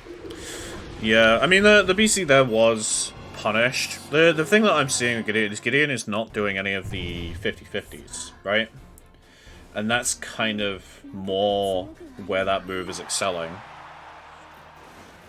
Yeah, like, as soon as we found setups that were like, you're not blocking the 236M, it's picking up your mix-up, it's like... This character went from top 3 to top 1, in my opinion. Yeah. Like, I used to feel like her, Siegfried, and Shooks were about the same level, but... Ooh, the recent stuff with her 50-50s of me, like, no. Not with these buttons, not with these combos.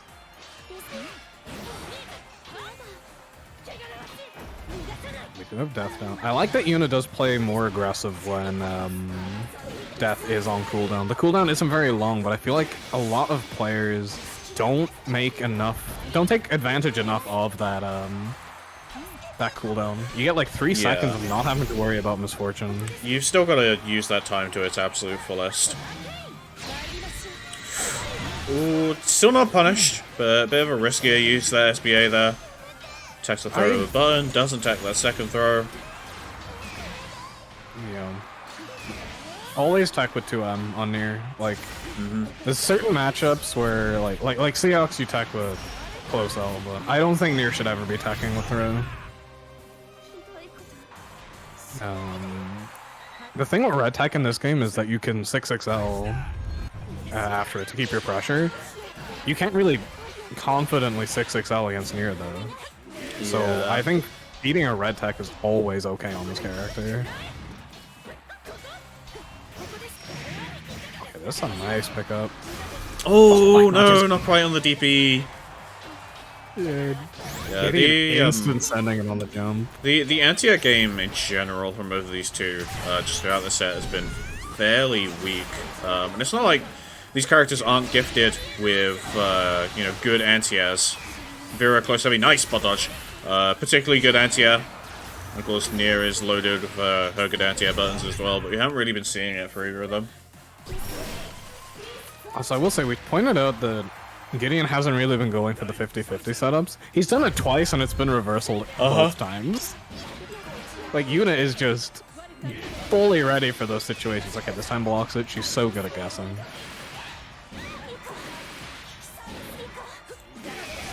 Hey, it's that shit I do. No. This is... Yeah. This is 0 BP. Not much you're going to be doing about that. And yeah, Gideon going to take this one. Yeah, 3-1. Good shit to Yuna though. I was really excited to see you in top 8. So. Yeah, Yuna in a top 8. Sometimes you just get near. Shoutouts to Gideon with the Id avatar as well. Play Relink. How do you punish that super? It's -7. You can press 2M, right? Yep. 2M for they both work. Especially like 2M if you have death on you is definitely gonna reach at like basically any range. That button's enormous. Yeah, just I while foolishly once said that button is about average for a 2M. I have learned the error of my ways. Mm-hmm. Just while I get our next one set up here, do you want to quickly talk about our next 2 players coming on? Absolutely. So I do... Jack's got a very funny name game, so I didn't know who this was. I had to look at the bracket, but Jack has been a player who's been like grinding since towards the end of base GBVSR, right? Playing the Catboys in general. I think Eustace main before.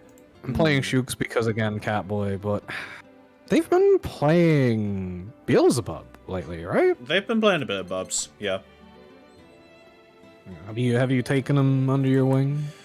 A Taught bit. them the comedy? Yeah, I mean, Jack's Bubs was definitely leaning my sort of brand of Bubs. I'm not sure how it feels about the character, though, which is probably why we've got the Seahawks here today. Yeah, especially when you're fighting the opponent he's against, Tuho Yuho. In my opinion, in base game, was one of our best players. I think towards the end was getting results that like really were extremely impressive in everything he entered. Even when he traveled over to Combo Breaker in Chicago. Yeah. Well, very, very close to a top 8 finish in that. Oh no. Counter hit here. This game, I feel like, hasn't been quite as kind to him. Not so far. Tuho honestly gets my vote for maybe the unluckiest good player at this game. Because his bracket luck always seems to just be the worst. Like, obviously, we just had Outplayed this weekend gone. Outplayed pools, if you weren't following, were an absolute bloodbath just all around. But Tuho and Zavid's pool ended up with those two playing for 25th. Oh, Lord. Which was incredibly fucked up. It's a thing when it's like, what's it, 4 pools, 2 people coming out from each? It's like, it's always going to be a bloodbath. If that's a pickup into close heavy... Yeah. Am I going to take back what I said about Nier being top 1? Seahawks definitely has some stuff that's pretty belligerent, but Jack was actually using dash heavy there, which is barely a button I see that use that much. Unique in the fact that it's the only dash attack that's countable on hit. It's interesting too, because its reward on hit is kind of whatever. Its reward on counter hit is absolutely unhinged. It's maybe the most, like, difference I see between normal and counter hit. So yeah, go into the moon. Oh my god. Health. Not able to get anything off of that. DP is going to come out and stuff the 2-1-4U. No bite on the parry as well. Just kind of forced to take 2-0's offense here for a moment unless he spends the BC, which he does. Going to put him on 0. Bit riskier at this point, especially when 2-0 is willing to pull the trigger on that Raging Strike himself. And yeah, going to be taking the first game. Yeah, I only just noticed Jack rocking the MB flag. Hey. Oh, Jack's my go. I can't be unbiased on commentary anymore. Yeah, Jack's cool. I need Jack to win. Nice parry. Oh my lord, that move is so disgusting. I feel like could have picked up there. Maybe just a little too high though. Man, I wish 6XMs were better in this game. I wish the game That's an was opinion. more built around using those buttons, because I think they're all very cool. I think, you know, like, footsies a lot of the time can look like wiggling. If you ever watch Street Fighter, it's just people wiggling back and forth for like half the round. I like the idea of 6XMs to, you know, like, have a thing that you can send to punish that kind of gameplay, but you don't really need to play that way often enough in this game. Yeah, I mean, that's kind of how this game is at the moment. just with, you know, how big the burst ranges are in these characters for 6XL existing, 6XM existing as a kind of complement to that doesn't often work out. Some characters do have really good 6XMs though, like Vera has her really excellent one. But I can kind of see what you mean. Yeah, I guess it's wrong of me to say that I want to see 6XMs get buffed. I want to see the game lean into them more. Yeah. This fucking pickup, Jesus Christ. This Seahawks champion. He needs it. Allegedly. Ooh, that's what Fukuhara seems to think. I cannot believe it. Like, this character took his first nerf ever at this patch. And it was stopping him from being able to block after doing fake wall dive. Yeah. The first nerf this character ever took. I want to point out something, by the way. Now that I think about it, I don't think I've seen Jack spodge Raging Strike once in the game's life. I'll say I haven't seen Jack play super much, especially not on Seahawks, so I haven't seen them get into these 0 BP situations that often. But I think especially when you're on that 0 BP situation, you need to be looking out for it. You've got to be so much more aware. Yeah, it's going to be the thing that's going to open you up the most. Fun done.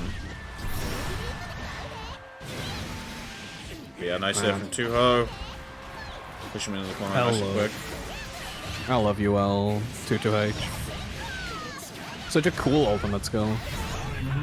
At least there's some really, really snazzy looking conversions. Joe's just kind of running away with this one right now.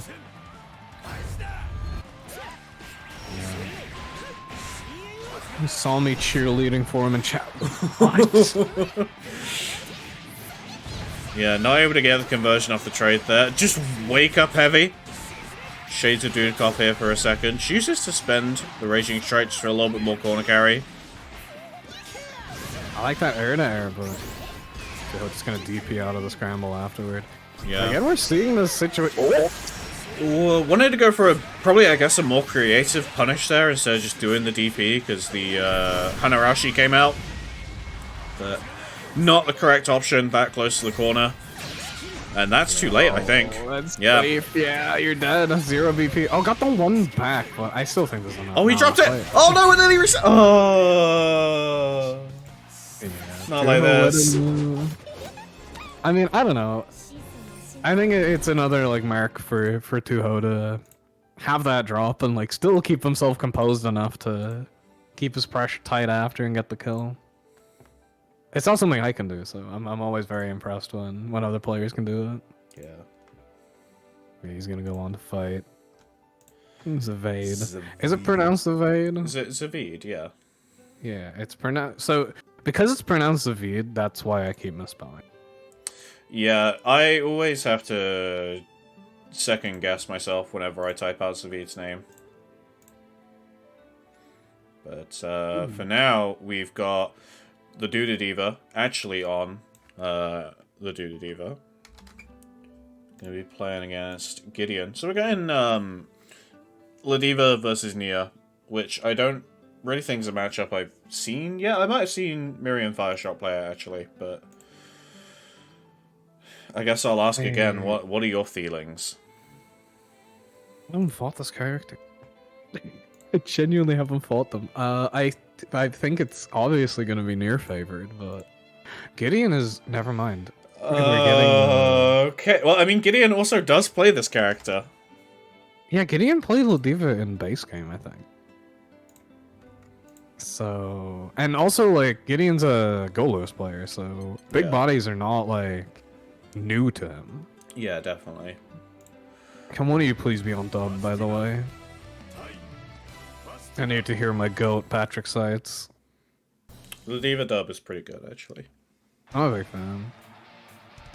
Oh, we got the Rising Mirror match music. I barely ever hear this track. People don't like this track, apparently. I disagree. I didn't at first, but my initial thoughts on it was... Oh my god. Sorry. Yeah, this is... It's... Sorry, that scared the life out of me. You like the Goku Black Mask? Someone, like, posted an image of Jade, and it was like, "Who is this?" And all the replies are just Goku Black. Oh my god. So yeah, it's Gideon with the immediate lead here. Yeah.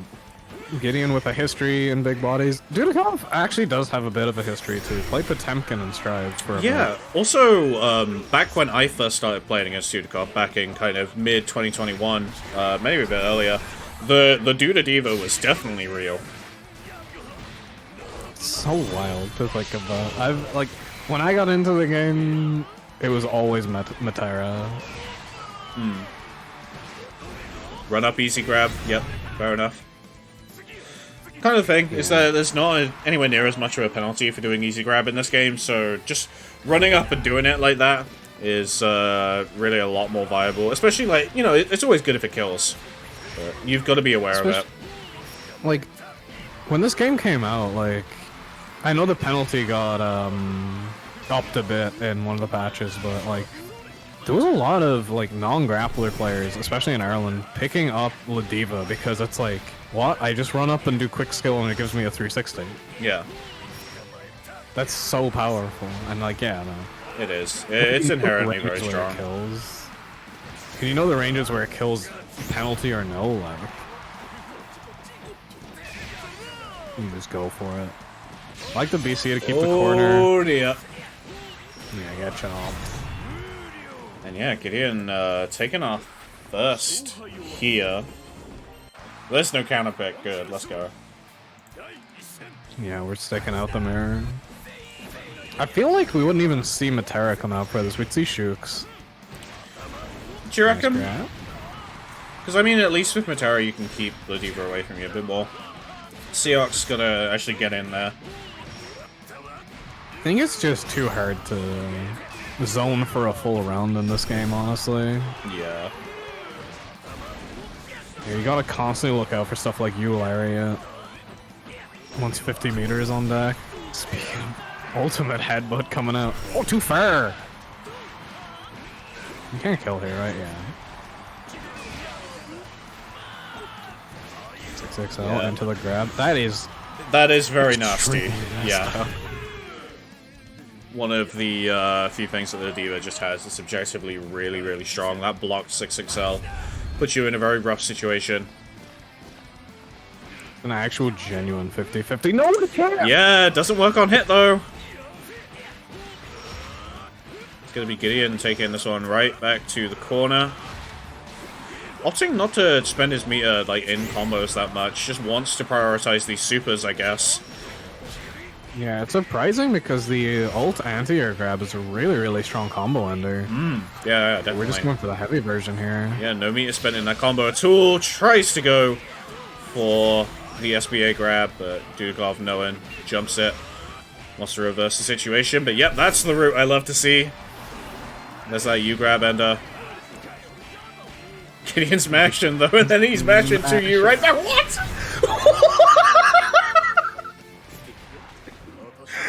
Oh, there's no worse feeling in this game than when you make a BC come out as Raging Strike and then just get fucking hit by the Raging Strike. How did the Raging Strike whiff? That's what I'm confused about. What happened? Wake up involved.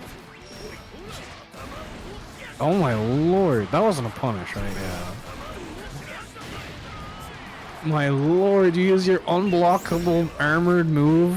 Yeah. And you get grabbed out of it. Gideon is running away with this at the moment. Full stick of butter on his side to spend when he pleases. And gonna be spending it here, I'd imagine. Yeah, super. Doesn't even need it. Yeah, dang. Ending on the chop.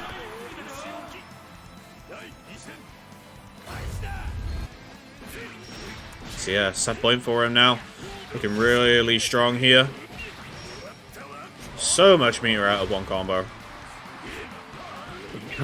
Oh no. Dudikov is pressing on Wake Up. This one might be over already. Yeah, I think we're in the Diva zone at this point. Oh yeah. Lord. Spot dodge on the Raging Strike. Uh-huh. Well, not the Radiant Gideon's Trade, the BC. Oki was nothing. Just Yep. absolutely do nothing. Blue Flash happens, command throw. And that's Oh my. that's how it be, I guess. The Duda Diva has fallen to the surprising counter pick. And Gideon will be moving on to play the winner of our next set. Which is going to be Zavid versus Tuho. Oh my god. How does this keep happening? I'm sorry, you just called picking the mirror a counter pick. It was. You're so right. Yeah, it was though, wasn't it? That's so funny. Hey, yeah, we do have the Zavid versus Yip Master Classic. Yeah, we do. So, these two running into each other, like I was talking about earlier. Seemingly every tournament, but this time it's playing for 5th and not 25th, so we'll have to see how it goes. I wonder how Tuho feels about it, because the old Sisyphus was was Vera It was player. Vera, so yeah. maybe one specific Zoe player feels nicer. You know, you build a camaraderie with your boulder. But yeah, as Zavid is saying as well, the matchups between these two tend to go, they tend to get pretty scuffed. So we could be getting a very scrambly set, but Tuho's saying that he likes playing this matchup more, so we'll have to see if that reflects in his gameplay. I will say, it's like I can imagine it feels nicer for Yule, because Yule versus Vera, it's like you're constantly putting yourself in Vera's optimal ranges. Because they're the same as yours, right? Whereas that's not as much the case for Zoe. You're not gonna get as binted for being close to her as you are against Vera. What is Vera Plastic? That's what she is. She's gotta have a good meal. Just gonna beast you right out of that DP. Not gonna deal with any plus frames here. No, not one. No anti-air there. Just jump right out the corner, covered by that Heavy Dragon. The Heavy Dragon wants to come out for a second there, but Tuho is laying on the pressure. The BC's not happening either.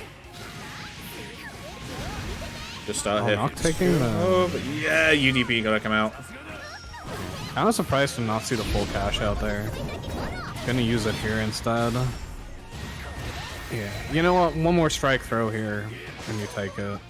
Oh my god, real tech. Yeah, actual tech. I mean, it becomes much more important at this point, you know, where button tech can put you on chip point. So. Yeah, exactly. It's kind of a bigger change from the low life situations of last game, right? Because like last game, because of how fuzzy tacking worked, like even though you knew it was gonna take you on to chip point, it was still like too much of a risk to early tack in that game. Yeah. I just love like the low health situation in this game. They're so cool. They're a lot more scrambly, Absolutely. at least. They're a lot more fun to watch.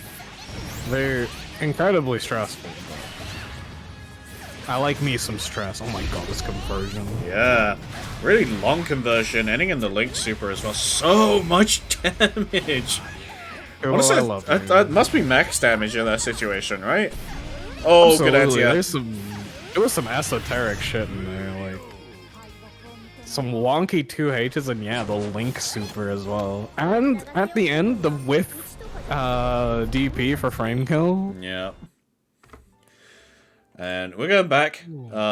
See? I'm imagining that we're gonna see Farsan come out. Yeah. Yeah, there he is.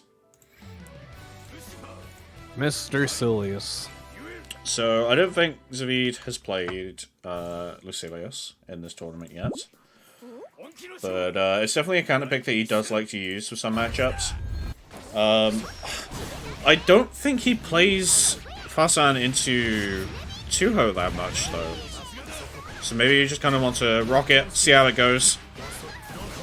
Yeah, it's like, it's weird. I don't feel like this character has a good time against heavy rushdown. Oh, and you can't do stuff like that against Tuho. He is kind of the anti-air god. Oh my god. Yeah, that 2-2H is way too risky to use, I want to say. We're up to... So the Jesus kick, though. Sorry, Antichrist kick. Yeah. On this character. What do you mean that's blue hell? Should be the kill here. You get SSB way too quick in this game. You do, yeah. The me again is so crazy high. And the health point that you need to be at to use it is really high from the look of it. It's like 30% or something? I thought it was like 20. Almost full meter here for Tuho, speaking of the meaty stance. A big reason that I'm surprised that Tuho isn't popping off more in this game is that he was a big stance user in base game. Especially towards the end, and stance is significantly better in this version. It is, yeah. Not gonna see it here though. Safe jump with the JL, and then the Foxbox with throw bait. Yeah. Just gonna even up the rounds pretty nicely. So I'm interested to kind of look at Zavid's round starts a little bit more, because he's been really varied with them on fast round whenever he plays, I find. But there's one that he does go for sometimes, and that's just round start L Phosphorus, which I really, really dislike. Did that in the last round, and it just kind of locked him out of his main combo tool for a bit. So even if he was able to get that situation back, it wouldn't have been very good for him. But as I've been talking, able to even up the set with a perfect. Yeah, we gotta keep shit talking Zavid. It appears to be powering him up. But yeah, no, I agree. Like, I think Phosphorus is a really good like neutral option, just because it's so fair. And I don't know about the L version, but the M version can be very rewarding on hit. It's his go-to combo extender for sure. But like L Phosphorus, it's only really a move during Blade Level 5, right? Which you're really not ever going to see that much to begin with. Like, it's a good neutral check, but when that neutral check has a 15-second cooldown, and it locks you out of your main combo extender and on-block frame trap, it kind of loses a lot of its purpose. But, yeah, that's the thing I was forgetting to account for, is that he's got way extended cooldowns early on. Oh my god. I thought he was going to keep picking that up. Not quite. Good whip punish though with the 2M. Be right into the Raging Strike conversion. There's that M Phosphorus into the Iscariot. Wow. No, you're gonna get clipped. This is 0PP. He's dead. To the moon with you. He's fucking dead, ladies and gentlemen. I still think that if anything happens while Lucilius is on 5 BP, he should win. Yeah. Make it accurate to the raid. He needs to have the end countdown. Oh shit. Absolutely. If they're on the last 8 minutes, you lose. Yes. This is how it should be. Yeah, his Nice he wins by timeout if you get to 10 seconds left in the round. Oh shit. Nice. Hey. Yeah, you Tessera. Really high damage starter here too. Gonna spend Crystal there just to get out of the situation. Now got Zavid in the corner. We're going moon mode again. Yeah. Now coming out profiting on BP here. Gonna end this one ahead. And only slightly behind on life. I was gonna say, I'm expecting Zavid to use his really fast here. He does not want to be in the corner at all. The 2-0 just immediately spend one back. Being on 0 PP doesn't really matter here, except for that situation, and Zavid is not awake for it. And yeah, 2-0 gonna go back up in the set. Man, people have not been spot dodging Raging Strike at all. Especially Tuho's. Like, just in general. In particular, has been hitting them all. 2-0 has been doing a lot of Raging Strike on block, for sure. Like, we saw it a lot in the Jack set as well. But just people need to remember that this is something that can happen to you. Yeah, like, the move's quite loud. Like, it is, like, you can mental stack really hard in this game and make it tough to remember it, but it is a thing of, like, the move is loud. It makes a jet engine noise. You gotta be ready for it. I feel like it's probably easier to react to than overhead in base game. Yeah. way louder. It's slower as well, I believe. That pickup was unhinged. Don't jump against this man, he's too good at it. Yeah, Tuho set point now. Why is this title Small Barrel Bomb? It's a long story. It's been like that for so long, and I'm just like, why? Why small specific? It's because he's a menace in Monster Hunter. That's fair. Going around putting shit at people's feet. You know what? I respect it. Oh my god, the Hanarashi whiffing again. I feel like I've never seen that happen before, and Zavid's managed to make that situation happen twice. Oh, nice. I like that stance conversion. Get a little extra DL meter. Little bit, but not sitting on much of it at the moment to really make too much of an impact. Not sitting on too much health either. Just outside throw range. Zavid's got to really dig deep to kind of claw this one back. Yeah. Playing a bit slower. 2-0 still on the offensive though. Spot dodges the heavy Fox Flame. Gets the side swap out of the sweep situation, and now this is important. The Paradise Lost coming out. Is it enough? No, it didn't make the base. It only does that last round, yeah. Oh, not quite, not quite. Not quite enough, but you're so high on BL here, you just send Iblis. For chip point. Or you just Pharrell, because that thing goes for miles. Yep. Zavid staying in this one for a little bit longer.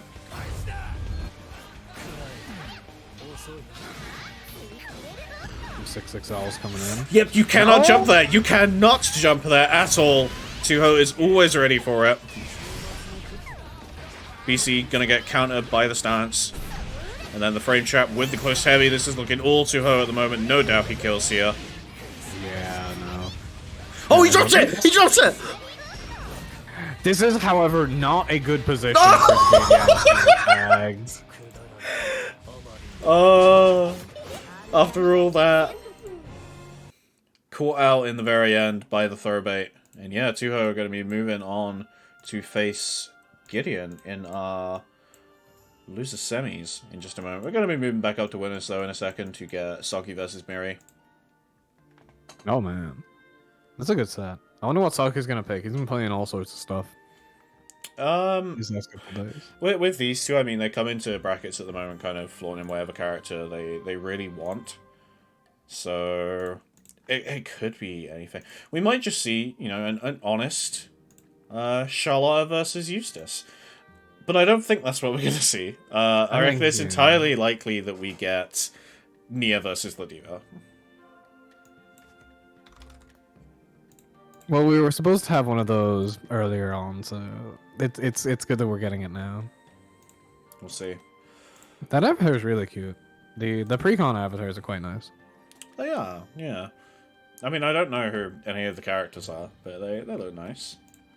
I know 3 of them, and I know that that's kind of a big joke in the community right now is no one knows the other one because the English version of the game stopped before she was introduced. Curse you, Crunchyroll. Yeah. And she's not in Shadowverse either, so I have no hope. Mary is playing Worms? Is he streaming right now? Hold on. I need to see this. That's so fucking funny. I'm gonna go to chat. Mary, come to... Mary, you have to play. Come to stream room. Oh my lord. Like, I feel like there was back a little while ago where he had to like wait for him a bit because he was in a Tekken ranked set. This is way funnier. Being in a it's on his turn in Worms. Yeah, no, he's gonna be late. I vibe with it. I vibe with it.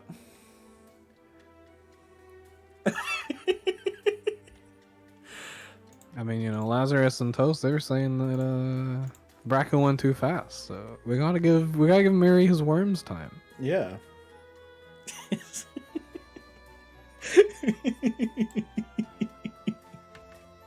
God damn it. Commentators versus Saki while we wait. No. I don't know about I that ain't one. brave enough. I only have my pad plugged in too, so it wouldn't be a fair fight. Saki would be fighting me on a nerf.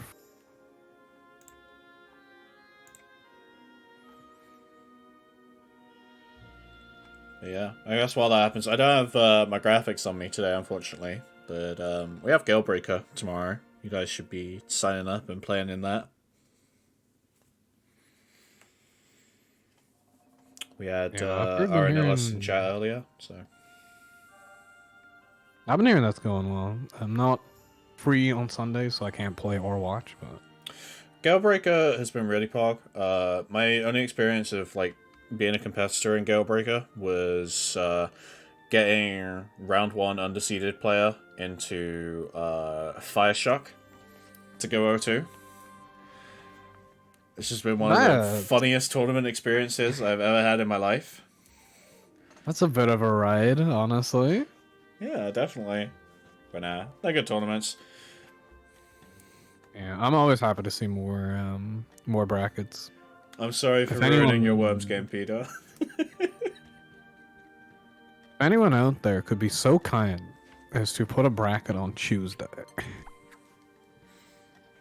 so I can fucking enter something. Tuesday or Friday? I guess we have Wanted Friday. Maybe I gotta enter some ladder. But yeah, we are getting the Ladiva versus Nier matchup. I like this color that Saki's using. I used it for a bit, but I felt like it was too popular. So I was like, I'm gonna be a default gamer. Then I accidentally went on to pick the Lich palette. Yeah, how did you do that? BC? I just thought it looked pretty. Honestly, I hadn't seen anyone use it, and I thought it was pretty, and then learned later it was the Lich palette, and I was like, alright.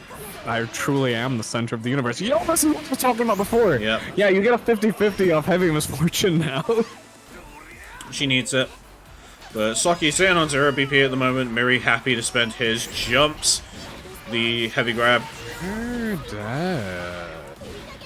No, maybe not. Not Ladiva health, yeah. No. Didn't have those full stocks as well. Spot dodge there on the Eularia. Gonna allow him to get that punish with the close L2. This is some scrambly shit right now, for sure. Yeah, like, this matchup's weird just because of how both characters' reward works. You know, Mary's so good at guessing. What? 5-view frame trap, alright. Oh, yeah, here we go. Yeah, Saki just gonna take the pouring damage. Maximum damage out of the Clog and Totem Tons as well. Miri just checking death immediately, though. Just wants to walk down Saki, but the 6XL has other ideas. And yeah, Saki handily taking this first one.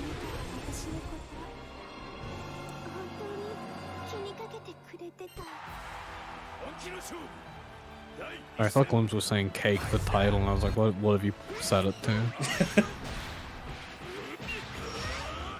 Oh my god, you're getting full combo off this? Yep. I actually have the meter for the U-Ender as well. Yeah, just decided to save it. Not to go for it here, we'll have to see what he's saving it for. I like that from Saki there. A lot of Nier players, myself included, would do 6XM there just to get the side swap. Just get out of the corner, but jumping out of the corner while that setup is there instead, it's like you don't have to play around BC at all. Yeah. It's that 50-50 again. One stock left for Saki. The life really not making it matter. It's the big thing with this nice reversal super round. 0 BP, you're not getting up. I don't think he is. Yeah, not by a long shot.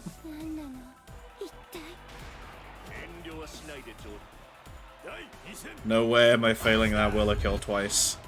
Yeah. Nice anti-air.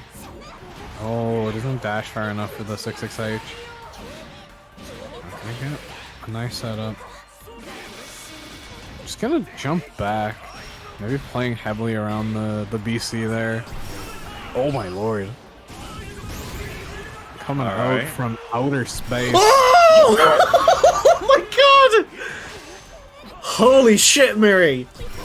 Mary is so good at that kind of call out. Yeah. It's incredible. It's just the fact that, like, he let it hang for, like, a second. And then, yeah, right in for the normal grab there. Evening this setup. Yeah. Jesus. He was fighting Trikeyser and Wanted yesterday, and, like, Layer 1 against 2B, you can do a lot of rolls against her pressure. Mary's Layer 1 was jump forward to just immediately call out pod toss because he just fucking knew. Oh, right. Yeah, no, of course that makes sense. Yeah, he was like, I'm not going to take the option that kind of wins. I'm taking the option that 100% wins max reward. Yeah. He's so good at knowing when to do that. Nice spot dodge. Yeah, good stuff here dealing with the misfortune. Heavy grab comes out, and yeah, that is going to be enough to kill. I love how the EX flash remains for the taunt. That's so good, yeah. Lee Golden gets the throw. Ooh, frame trap. Yeah, of course, heavy.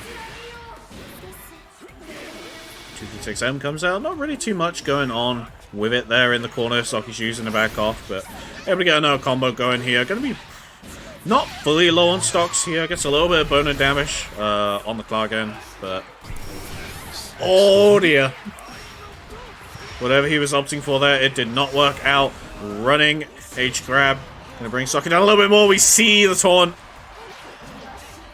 Oh my god, that spot dive lasts through both moves. You're dead. Yeah, Miri is playing this exceptionally well at the moment. Yeah, looks like Saki's boner damage just not enough to take it here.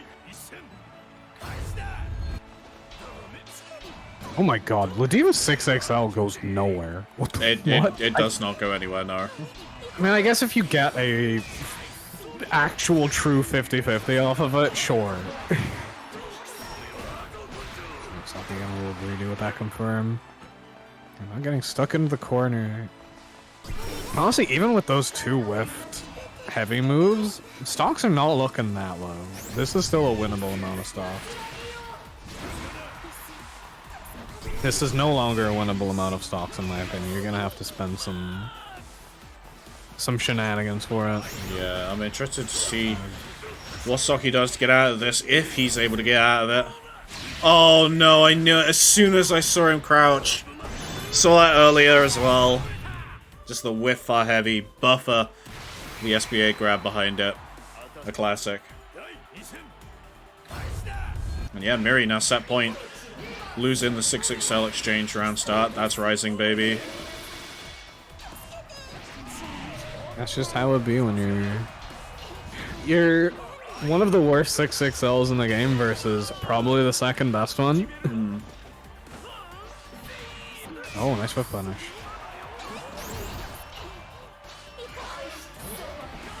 No mash. Just gonna get tagged by the 6XL here. Sophie loving something, yeah. Heavy misfortune gonna come out though, yeah, right into the Klargen turn turns, and that's gonna be more than enough for Saki. Just to stay in this one, really needs to be winning this Rex round. But still set point for Miri. Yeah, Death has gone fast. Nice tag. I'm seeing a lot of 5U from Saki. It's not something I disagree with. I kind of wish you had to use it more, if I'm being honest. Yeah. Death teleports too much. Oh, no BP. Yeah, And really, this is really scary for Saki. Yeah. Oh, caught crouching by the 6XL, this should be enough. Not quite. Nope. Oh my lord, why do I ever say that super won't kill? What is wrong with me? It's all that bonus damage, it's all loaded on that front hit as well. Yeah, like, that's the thing for me where I'm just like, if the first hit doesn't kill, I just assume the rest won't, because like 90% of the boost is going to that first hit. Yeah, Saki tying it up 2-2. It was looking dicey, but are we getting 50-50 here?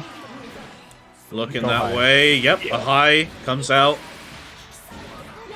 Okay, Saki doesn't want to loop these. It is very expensive to loop it. It is, yeah. It's a reason why I tend not to go off for it off the first combo that I get. Nice, I like this. Miri has been spot dodging a lot of the heavy misfortunes, like block and then spot dodge. This is when you bust out the ultimate because that's just a straight up parry. Saki has been like pressing into these U lariats a lot. Oh, Summonless State is here now though. Just run up. SSBA. Dead 16 times over. That end of round situation was really well played from Miri. The wake up spot dodge meant that the 214H misses, puts you into summonless state, no chip damage. So you can just be much more aggressive. And then yeah, the command throw. Just make them straight up gas. Catches the end of the spot dodge this time though. It's a big reason that I don't like people going for the OS. I know a couple of people have said that you can do it on like reaction to the hit if you practice it. But I've always felt that like just blocking it is the way to go. Because sometimes you'll just spot dodge and get hit anyway. It's poopy. We're just leaving the corner right now. Oh, nice. Yeah, I was gonna take the RS. Putting it to double Luigi. It is, yeah. Miri not just going straight for the 6XL round start this time, just being a little more cautious with both players. That's rising. Oh, my lord. Oh no! What? Look, a runner handshake coming out. It's going to be Saki that ends up being the victor in the exchange. For now, at least. Miri is in, getting these grabs going. Second one. We're going to see a third. Not quite. No. It was strike.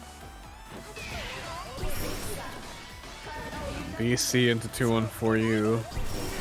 The iconic duo. BC going off all over the place at the moment. We're punished there with a sweep, and then we just see the raw raging strike from Miri. Might be able to get the kill from this exchange as well.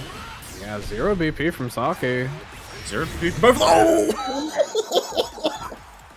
That was so much. So much at the end. And yeah, Miri going to be taking this one 3-2. And then allowed to return to his wounds.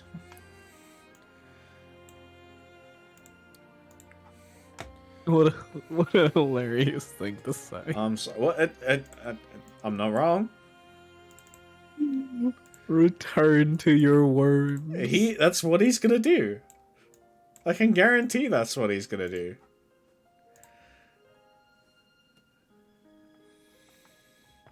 Peter cursing out Saki for taking that to 3-2. Yeah. Should let him 3-0 so he can get back to his worms faster. He is gonna be, but Saki is gonna go down to the loser side, waiting on the winner of our next match. Gideon versus Tuho. Gideon versus Tuho. Tuho, gonna have to wait a moment because I've been told that Gideon is eating his dinner. I said he's got 5 minutes. God damn it. So, while Gideon's having a munch, I know, I guess we'll natter for a bit. What do we have to show? Heard at Weeklies on Monday. Hell yeah. There's, I may or may not be taking part. Oh. In some fashion. Oh. I don't know if who's yapping on those is a secret.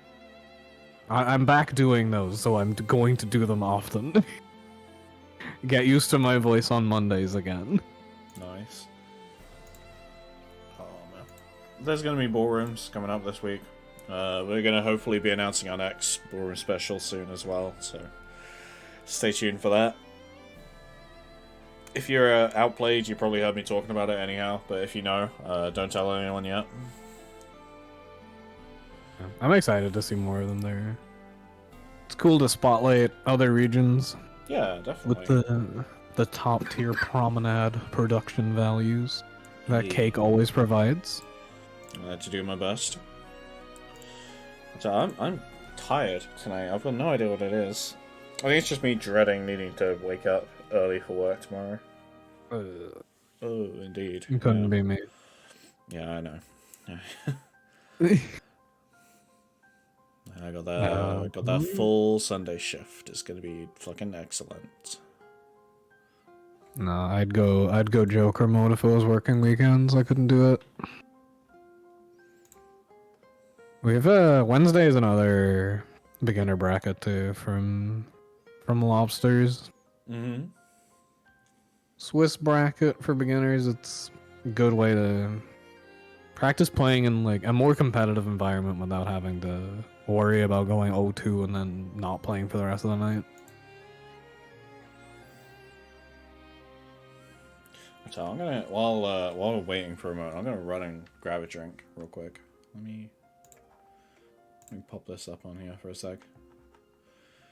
I leave it to you to entertain the denizens of Twitch chat for a second.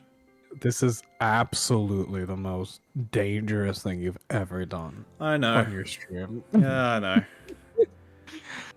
Hello, chat. Welcome to the last day of Promenade existing. I'm getting us friend. Hey, Variety. How's it going? Love to see the Irish in chat. Hello, Jack, also. How are you all doing tonight? I hope it's coming through on commentary, but I'm in a very good mood. I'm having a great night. I'm having a great time watching some Rising. I've been talking a little bit of shit tonight, but genuinely 100% I love this game. I adore this game. I think it's fun to play. I think it's fun to watch. I really, really love talking about it with people and talking about this over matches. Like, I'm very obviously biased towards the game because they put my all-time favorite Grand Blue character in it. And also a lot of the game's mechanics have been kind of tuned to how I play other games. So I've been loving it. I hope you guys are enjoying it too. Yeah, hello Yuna as well. And yeah, Relink is fucking tight. I love that game. We talking about Relink? Yeah, someone mentioned they would have entered, but they were playing Relink, and I'm like, that's a fair reason to Damn. miss bracket. Yeah, that's fair. Yeah, to answer Jack's question, no, I don't want them to add any other characters. I do not need any distractions from my near gaming. Yeah? You sure? Yeah, no, like, genuinely, like, there are characters that I would like to see added that I'm like, please don't, because I will have to consider playing them over near. And I don't want to do that. A certain Dark Dragon comes to mind. That's fair. I will say, in terms of dragons, I really, really want them to add Galleon because I think she would have the most interesting kit. Gideon is sticking with Ladiva. Yeah, I'm not surprised by this. I agree with you, by the way. I think she would have the most interesting kit. But I want Fedior regardless, so... That's fair. I respect it. But yeah, neither of those characters on the screen at this second. We got two other wonderful girls on our screen, Ladiva and Yule, and one of them is currently getting her back broken. Yeah, Don't. No, don't. Right. Yeah, they banned that move in WWE for a reason. Yeah. And Gideon is showing why.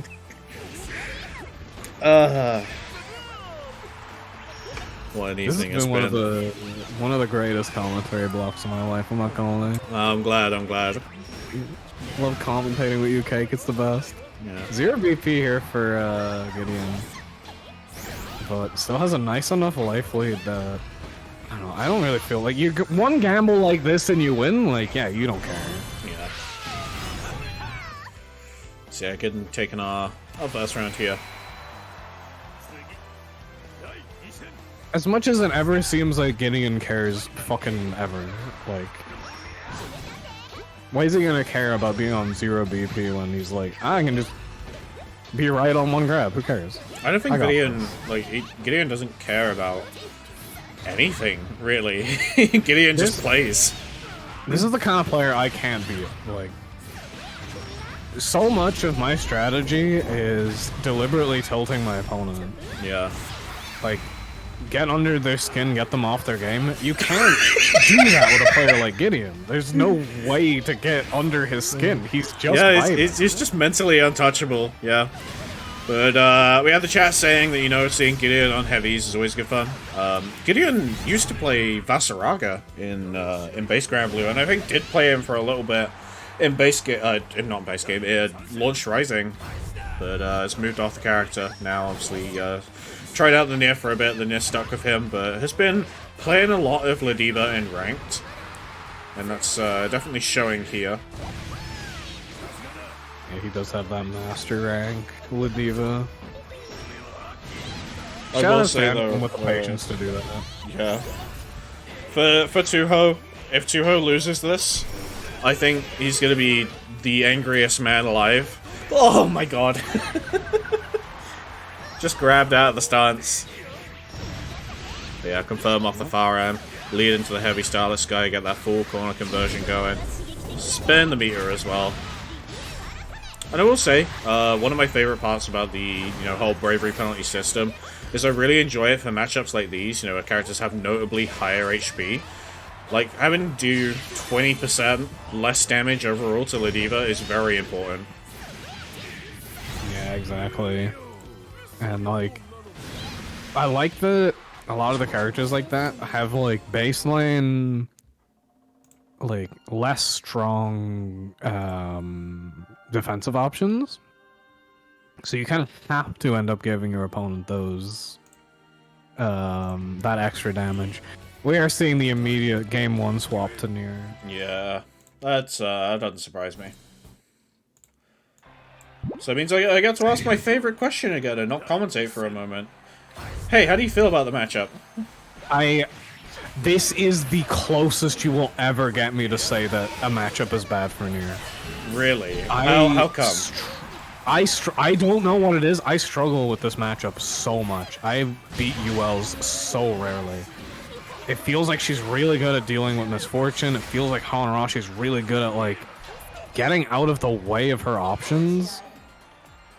Like, okay, maybe I just keep getting jump scared by Tuho and Demito, but... Yeah, maybe. That might have something to do with it.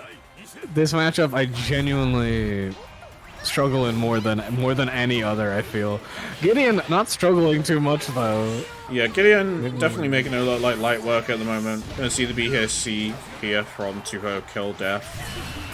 Powerful statement that I love saying on Grand Blue Rising commentary. What, you can throw Hanarashi now? Yeah, -4. Okay, never mind. I'm just bad at this matchup. And yeah, immediate equalizer. Yeah, when you go from one of the weakest characters in the game to one of the best, it's like... I think life might start feeling a little easier, not gonna lie. Nice poke, but getting ready for it and just whip punishing it with that 6XL. This is a big reason I like to send just one special and not cancel it.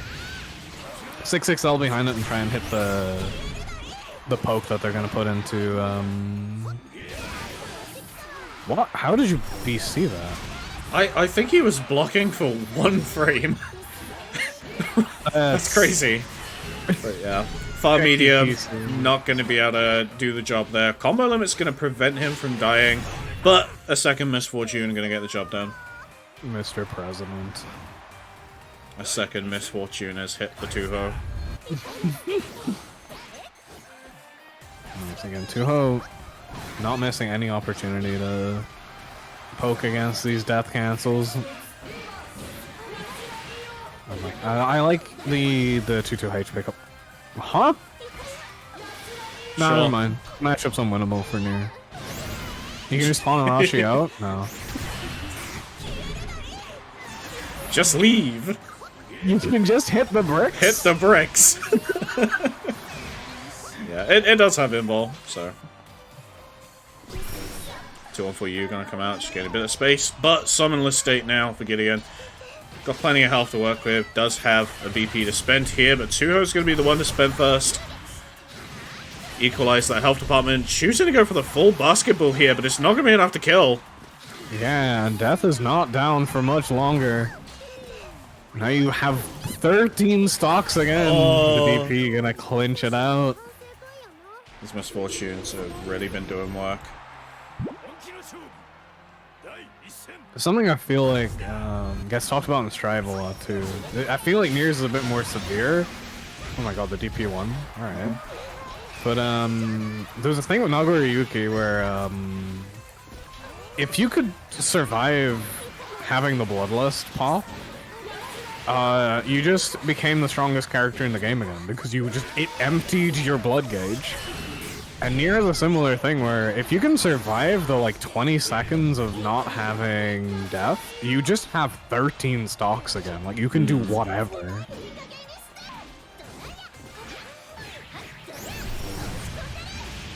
Rare use of Starlet's guy here just with that full corner carry, but just keeps getting clipped by things.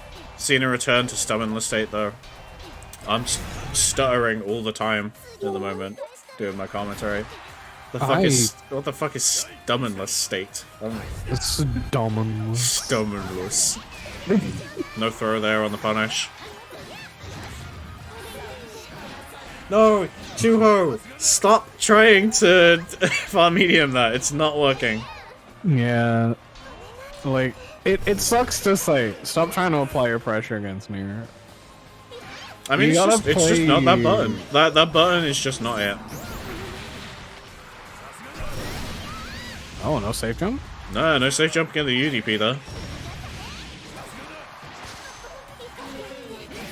There we go, that time it works. Oh my goodness. And now Tuho. As you were saying before, no spot dodges on these raw raging strikes tonight. It's not happening, no. And Tuho, despite being on 0 PP, is going to be able to take this one to another round. But Gideon is sitting on that set point.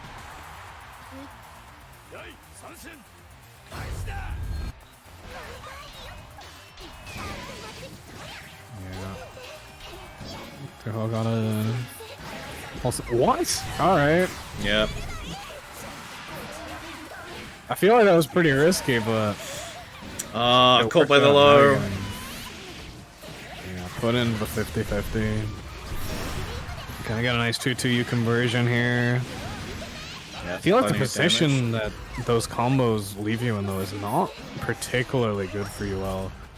Kind of leaves you a lot of the time having to find your way back in, which is unfortunate because, like, you get a lot of corner carry, you get a lot of, like, good stuff, just you do not get the OP. Are you dead? Yeah, he's dead. Yeah. I was so afraid that combo was going on for too long then for a second. But Tuho managing to bring this one to a game 5.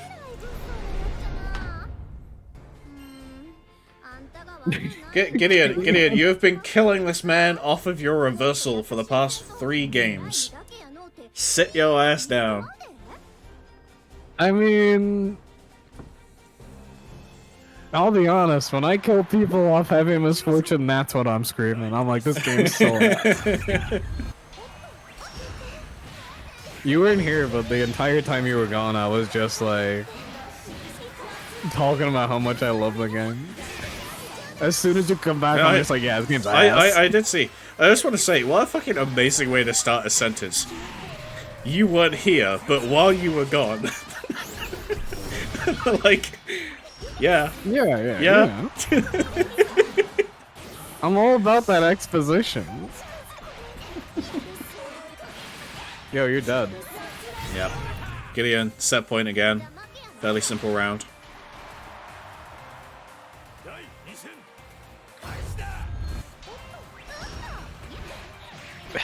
That third 6-6 L. Yeah. We're not getting this up here. Oh, no, don't DP that. Yeah, not gonna be able to get a ton of damage from that. Never mind, she's back. Oh no! And Tuho, despite the fact that he has been killing Death, is still not gonna be dead from this conversion, but is gonna get clipped by the triple attack overhead afterwards. And yeah, Gideon gonna be moving on to face Saki. Immediate hate yippee those. in the chat. Gideon closing out rounds with closing one round with blocked triple attack into low, and closing the final one with blocked triple attack into higher. Yeah. He sees Fukuhara's vision better than any of us, I think. Oh. So, Saki on the Seahawks. He is returned. Sage. Pick Sieg. This matchup isn't good.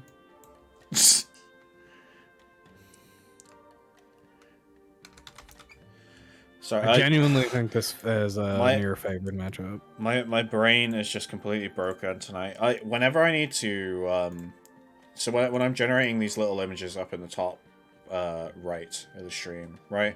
I've got to put in people's characters, and I saw Saki on the Seahawks, and instead of typing Seahawks into the bar, I typed in sloppy. That's how my evening's going at the moment. Anyhow, Gideon the Great versus Saki for our losers finals here. I'll let them know that they are good to go. Yeah, honestly, like, we've been clowning a lot tonight, but Gideon third at worst tonight, that's... Yeah, he's been making moves. That's a really good performance. And it's not been an easy road either. I love this artwork so much. Seahawks look so tiny.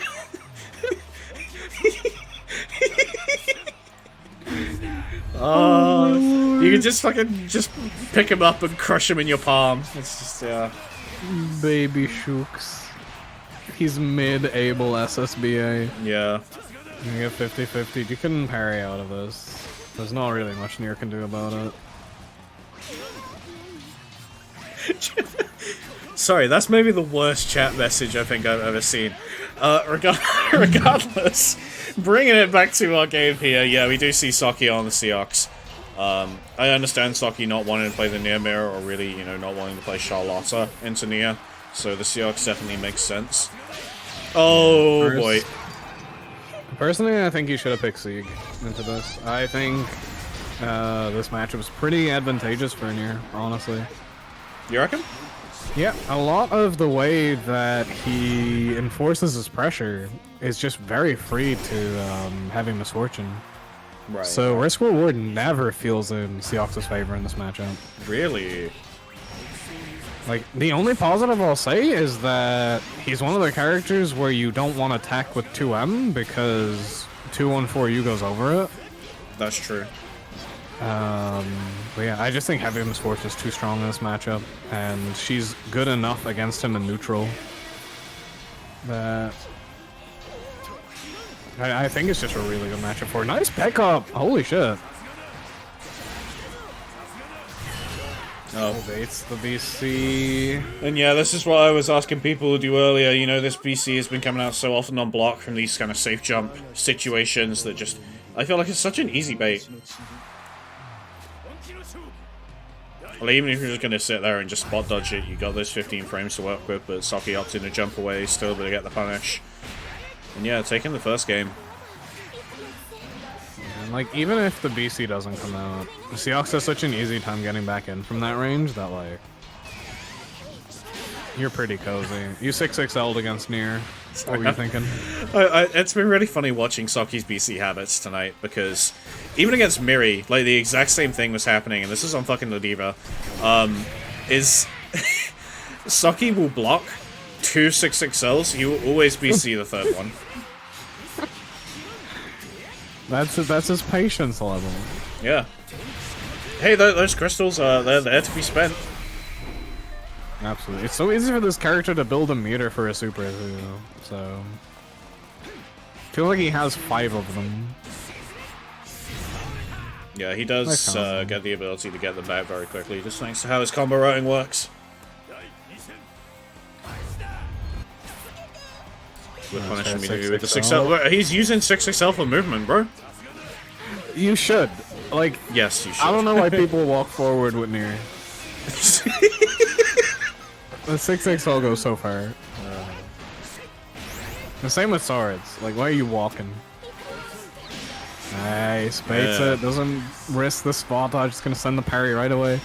Low on stocks here for Gideon. This is a lot of health to do with 6 stocks. 100 meter kind of changes things, but... Yeah, no cinematic there on the SBA, so not going to be taking the crystal in this instance. But yeah, it's a lot of work for Gideon at this point. Saki going to be out of BP though, thanks to that Raging Strike. Got to be careful not to get clipped by a 2M because... there we go! No, you! Sucks! His ass! We see one spot dodge and he fucks up the punish. What was he supposed to do? His buttons don't reach. There's definitely not an advancing normal that would have reached. Definitely not, in that no. situation. No, with absolutely start not. up. Totally not. I'll be honest, if you get a cinematic spot dodge and your best option is 6XL, that would make me feel like shit. I'd hate that.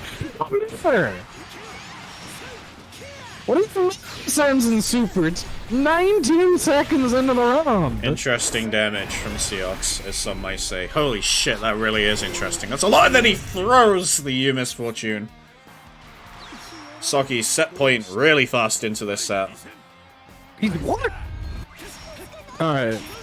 Maybe I'm tweaking. Maybe this matchup's not that bad. By the 9.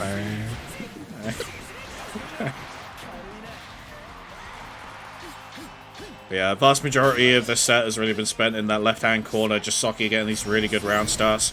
Seeing things take a nice scenic turn over to the right-hand side of the screen for this one. Saki with the reaction SBA, not quite able to get that cinematic again off of that situation, but things are looking very rough for Gideon. Does have an ample amount of stocks to work with here at the moment, chooses to set up into the 63M. 236M rather. It's interesting how much he goes for triple attack high-lows, because I feel like her cancels off of them are really strong. But they do get BC'd a lot. Nice kill off the 50-50. That was a very important 50-50 as well, because that was summonless after that. Yeah, like, did have some BP to spend, but... Like, this is where I feel like they're the best to bust out, though, at those end-of-round situations where your opponent's just panicking, because... Like, if it's one wrong guess into a bad health deficit, that doesn't feel quite as stressful as one wrong guess into I lost. Why didn't Saki just block the 50-50? Is he stupid? Yeah. He ain't got the gambler mindset. Ooh, no BP He here. on 0 BP. This is fine, though, because you're dead to anything regardless. This is true, yeah, but... Still nice to have that brave counter, but yeah, the throw is going to kill, and just a nice, clean 3-0 for Saki to take us into our grand finals. I was gonna say Saki's gonna at me saying, see, this matchup's good, but Saki is one of the people who agrees with me that that matchup's bad for Seahawks. It's genuinely one of the worst feelings I've had in this game is playing like... I think we played like 25 games, and the set was... It was like 23-2 to Saki, and like afterwards we were like, I think that's a good matchup for Seahawks, and it's just like... Or like, I think that's a bad matchup for Seahawks, and I'm just like... Oh, yeah, I guess. Yeah, I guess he can beat me 23 times and then call it a bad matchup, sure. Saki getting that P1 spot while Mary's distracted playing Worms. I forgot I had Mary's stream still up, and I just... I boot it up and immediately see the connecting to server screen. I'm like, oh yeah, he was. The Worms was there. Also good shit to get in 3rd place, and not an easy bracket tonight, so... Yeah. Good shit tonight. A joy to watch. I feel like if I ever had to play you in bracket, I'd probably just forfeit. just to save my mental for the rest of the day, but... Always a pleasure to watch. But yeah, well, we got everyone here as well. Thank you, of course, for watching tonight, for coming along. I do not often hop on commentary, and I've been having a good time with it. Yeah, it's good. I like commentating with you. I always have a lot of pleasure commentating with friends. Yeah. A super job. Usually on Ballroom, I try to be a bit... Or no, in Weeklies, I try to be a bit more serious and not odd, but oh yeah, I'm trying some new stuff. I need to Trying out some new material. I need to watch back the Wanted from yesterday. I think I said the worst thing I've ever said on commentary on yesterday's Wanted. I think I accused someone of having youth particles within them, and I was like, I don't want to say that again. That one was weird. I didn't get kicked from the server, so I think it was fine. You didn't have Paradise Lost hit or anything while you're on commentary? No. There was no Lucilius, thankfully, for me. I'm retiring that bit though. It's a couple months old now. Yo, he's so good. Yo. Miri guessing right immediately obviously means he's gonna win. I told you, it's the third 6XL every time. Oh, yo, this picks up. Yep. This character's donkey brained. What the fuck? I'm so happy. They put in my favorite character and absolutely made no attempt to balance. Like, no, you press super! Yeah, some of the stay. Yeah, oh even 100% my god. put super there. This is so much damage. So Miri resets here, right? No, he doesn't. Nah, just take the corner. Well, I mean, with 0 BP, like, it's gonna be super meaningful. I mean, he's fucking dead anyhow, but... Yeah, that was so unfortunate. Saki... When you see that go into summonless and... close heavy into nothing, you know they fucking press super and just didn't notice they were on no stocks. Yeah. When that Raging Strike doesn't come out... Oh, yo, that anti-air with the counter hit too. Very nice anti-air. I love that that version of grab so much. I hadn't seen that before. Yeah, you've barely seen it. It's medium. Yeah. Oh, he jumps the SBA grab. Oh, yo. This is what I like to see. When people press too comfortably against the death cancels, you put in the DPs.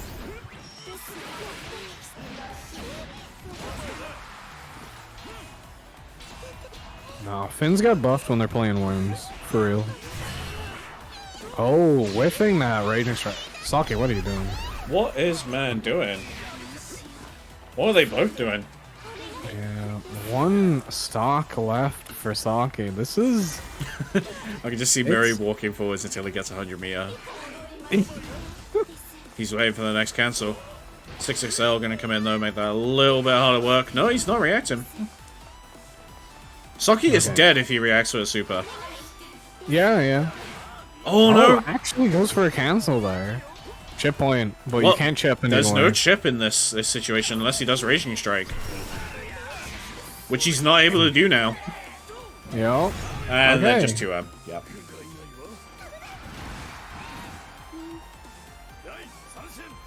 Here we go, nice. Footsie-esque round at the end, I love it. Nice poke. Yeah, you really can't do anything if they block the 63 options. That's a jump in 623H. Gonna land. Saki not 50-50, 15 off this. Just fucking leaving. Yep. Alright. Hits the bricks. Oh, only on one stock. That's a lot of life left. Yeah, we're definitely gonna be seeing some in this state here.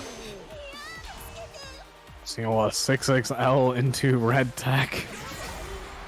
It's gonna make it a little easier. Really, all you need here is a button into 214 into... Oh my god. Actually hit by that Raging Strike. Oh, yeah, he's he's jumping. He's jumping. No punish though. back, Gonna interrupt with the 6XL here. Take this first game. So worth noting, we could be in for a long set here. Saki coming from the loser's side. So it's definitely not out of the question that we see a reset. Yeah, even off his main, like. Of course. I used to go for a cheeky reset. Gonna get misfortuned instead. Oh, I was meant to go for a tower reading today. This isn't related to the set. I mean, it's related to a character here. Yeah, it was, someone told me that they do them in Dublin, and I was like, oh, that's something I should do. Well, I'm just gallivanting. I like this. Take the coordinate with that 2-1-4-U. That's not reaching. That's reaching. 0 BP on the side of Saki. It's gonna hurt a lot. Check him, PC. What? What is damage? Yeah. I was like 60% off that super hot. It sure was. That's a 0 BP experience off that super.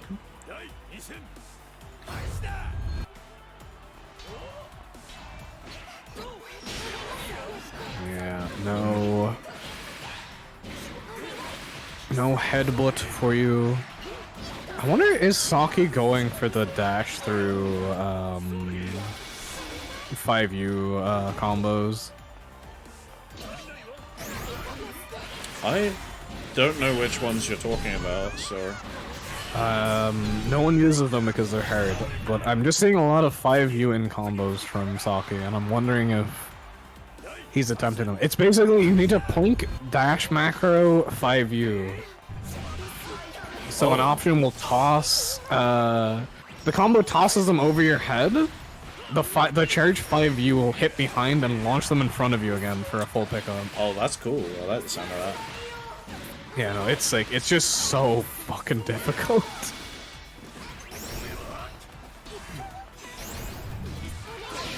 There's the reaction SBA. Yeah, don't fucking test Miri on this shit. They made it easier, like... Yeah. Oh, back throw, okay. Yeah, back throw maybe not quite what he would have wanted here. Heavy Misfortune gonna come in reaction to the whiff air throw. Back on 0 BP though for Saki. For both of them Okay, now. 0 BP for both. Bates? No, the DP no doesn't get the punish. punish! Okay. Yeah, We're Mirror gonna making get human. that poke into Lariat.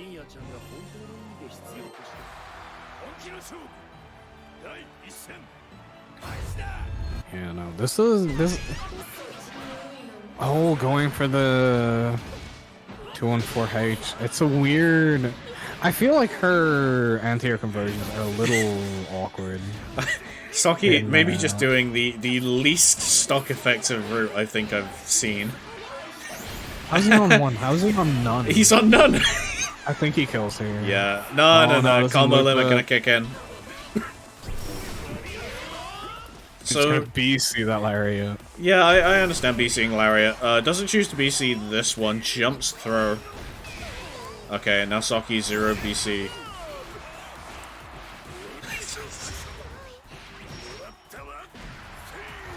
Oh my lord, that's the damage. Hey, and then catches the jump out. Sorry, I've been like stuttering and slurring my words the entire evening. What am I talking? Saki 0 BC. This man is not before Christ. What am I talking about? I don't know. I would worship Saki before Christ. NGL. This is a bad bit. Back to the game. Yeah, no, I've got nothing. It was like Afro in chat talking about some of the 5U stuff. Yeah, you can do charge 5U into 214U Link, and it's my favorite combo in the game, and no one uses it because it's bad. I don't think that's what Saki's going for though. I do think it's a case of just wants to end in a safe position and have access to the death normals again. Maybe he's looking to punish something with these little jabs as he's walking in. Maybe trying to check some 6XLs. imagine a world where you could do that. Farrell gonna close out this round. Saki taking it even on rounds, trying to make sure that you know, you don't want to fall behind when you're trying to get the reset. Mary won one of these. He used to win them like constantly. Mary's won a couple. I even think he's won one on Ladiva already, actually. Maybe I'm. I would check out, yeah. Might have been in a bracket. I just know it doesn't seem to be much of a rising. Oh my god. Yeah, nice. Raging Strike anti-air. I love it. You just get fucking spun. Become vortexed. Nice round start for Saki. Gonna get the corner. Quick punish the 6XN. Oh, gets a counter hit on that frame trap, but doesn't convert off of it.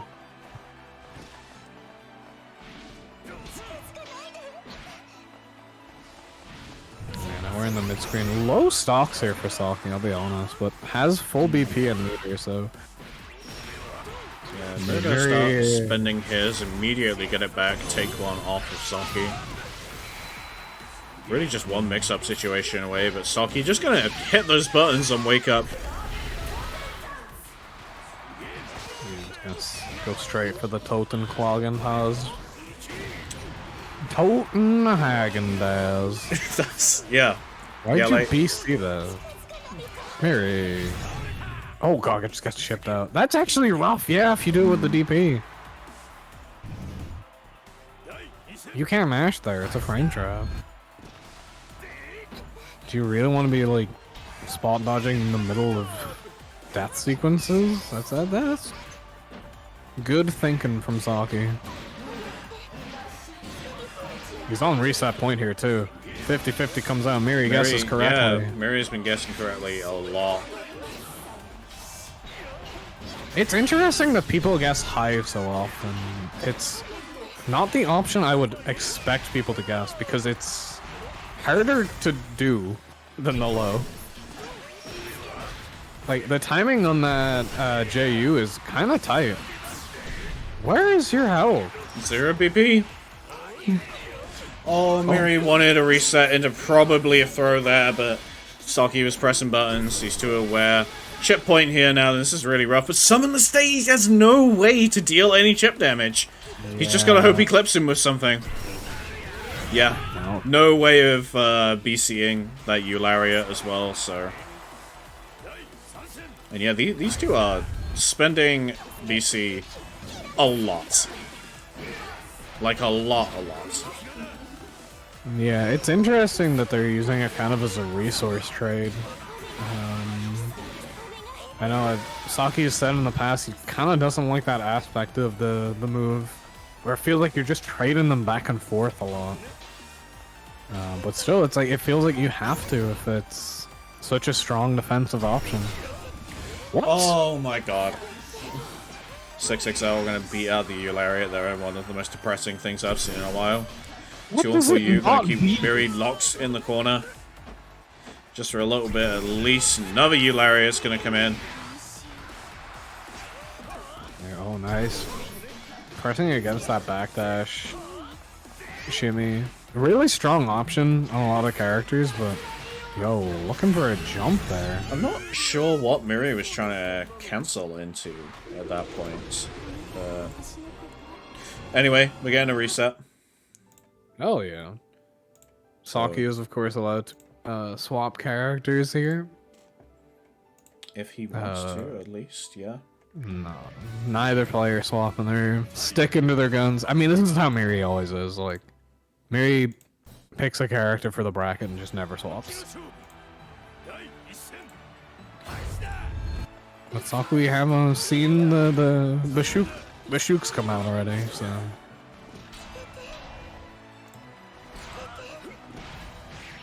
Oh, nice XXL. I gotta show him the 50-50 setup off that. I hit up Fire Shock for it recently, and I'm seeing him do these 6-6H conversions in the corner. I'm just like, yeah, it's to set up this. But he's just going for these meaty 2-1-4Hs. Saki is doing a lot of wake up buttons. Yeah, it's awkward against Ladiva because you're kind of like predisposed to wanting to deal with throw just out of the fear. Yeah.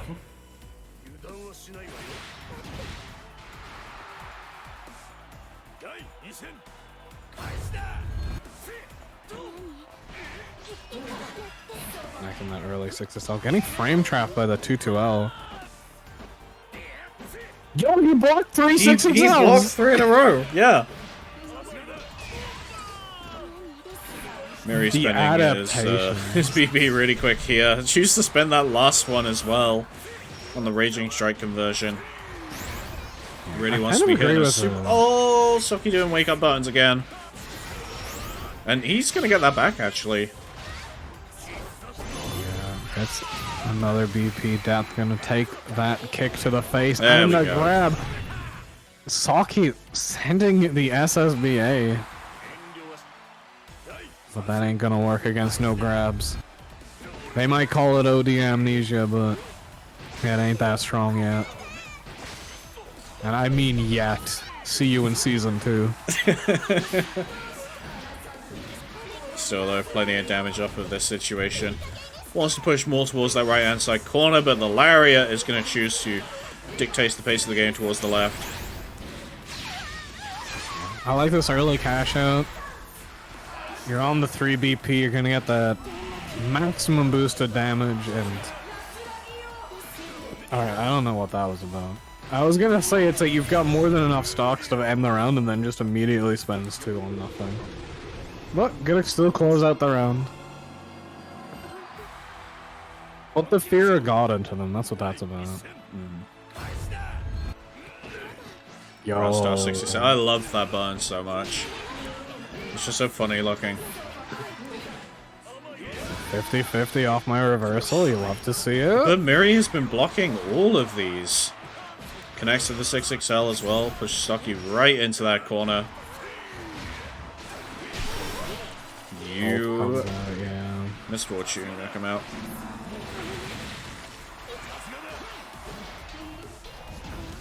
And we got the pressure, take those death buttons back. 2U not into the 2-1-4H. This isn't dead, but I'm not happy about this. Is that gonna whip punish? No, yeah, able to block that one in time, but yeah, so Nia, if you punish while she's doing that SBA, I think is in crouching state. So yeah, the Lariat there whiffed. Because of that.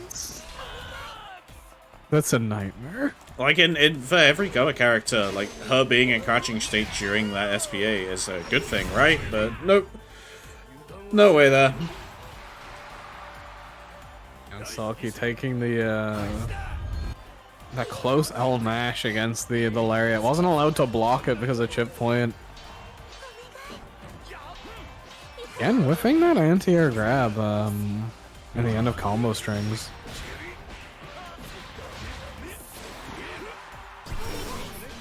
Going for you comes out. Get yourself a little bit away from that corner. Gonna get tagged by the U Lariat though. Back into that corner you spent 50 meters trying to get out of. Miri nearly sitting on that full bar at this point. And Saki is so close to death in this round. That's that 100. Good with punish. Yeah. Just in the basketball. No need to overcomplicate it.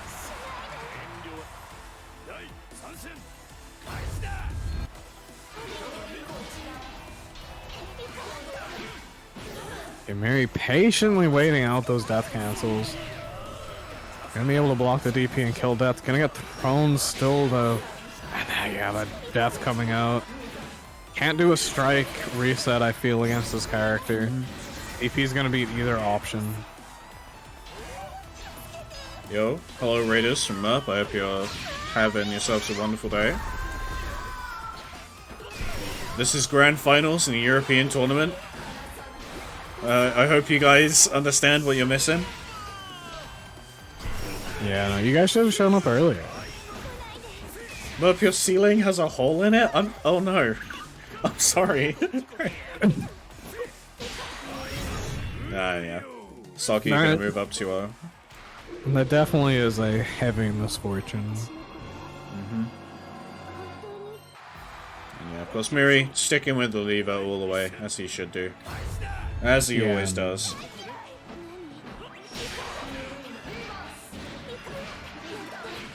He ain't about that counterpicking life. Saki going high again. At this point, it's like, it's less than Miri is guessing, right? It's more the... Saki isn't varying his options enough. Gonna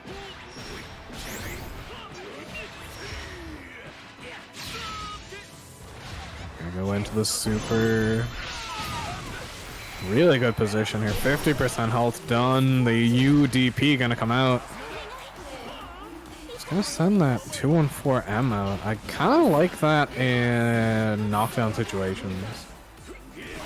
Finally goes Oh, he's one, out! but pushes behind the 236M.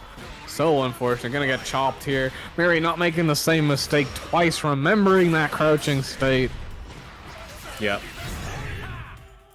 Nice, easy punish. Able to get the round off of that. Just stay in this a bit more.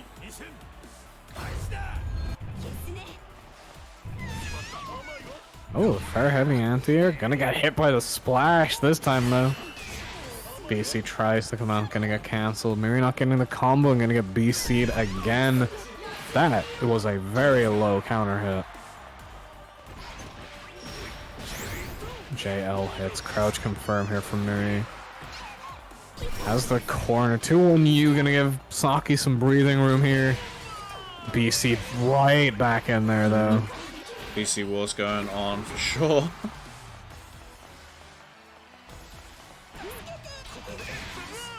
$100 here from Miri, gonna be scared to cancel anything.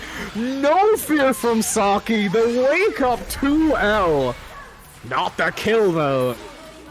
Almost chip point. Yeah, like it's so horrible to be in that spacing with death in your face like that. And yeah, tournament point now for Saki. He's doing it on the near.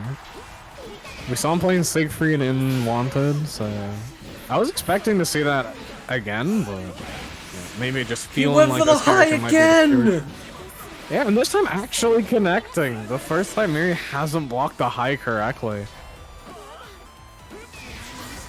And yeah, this is difficult. But Miri, he just lets it rip.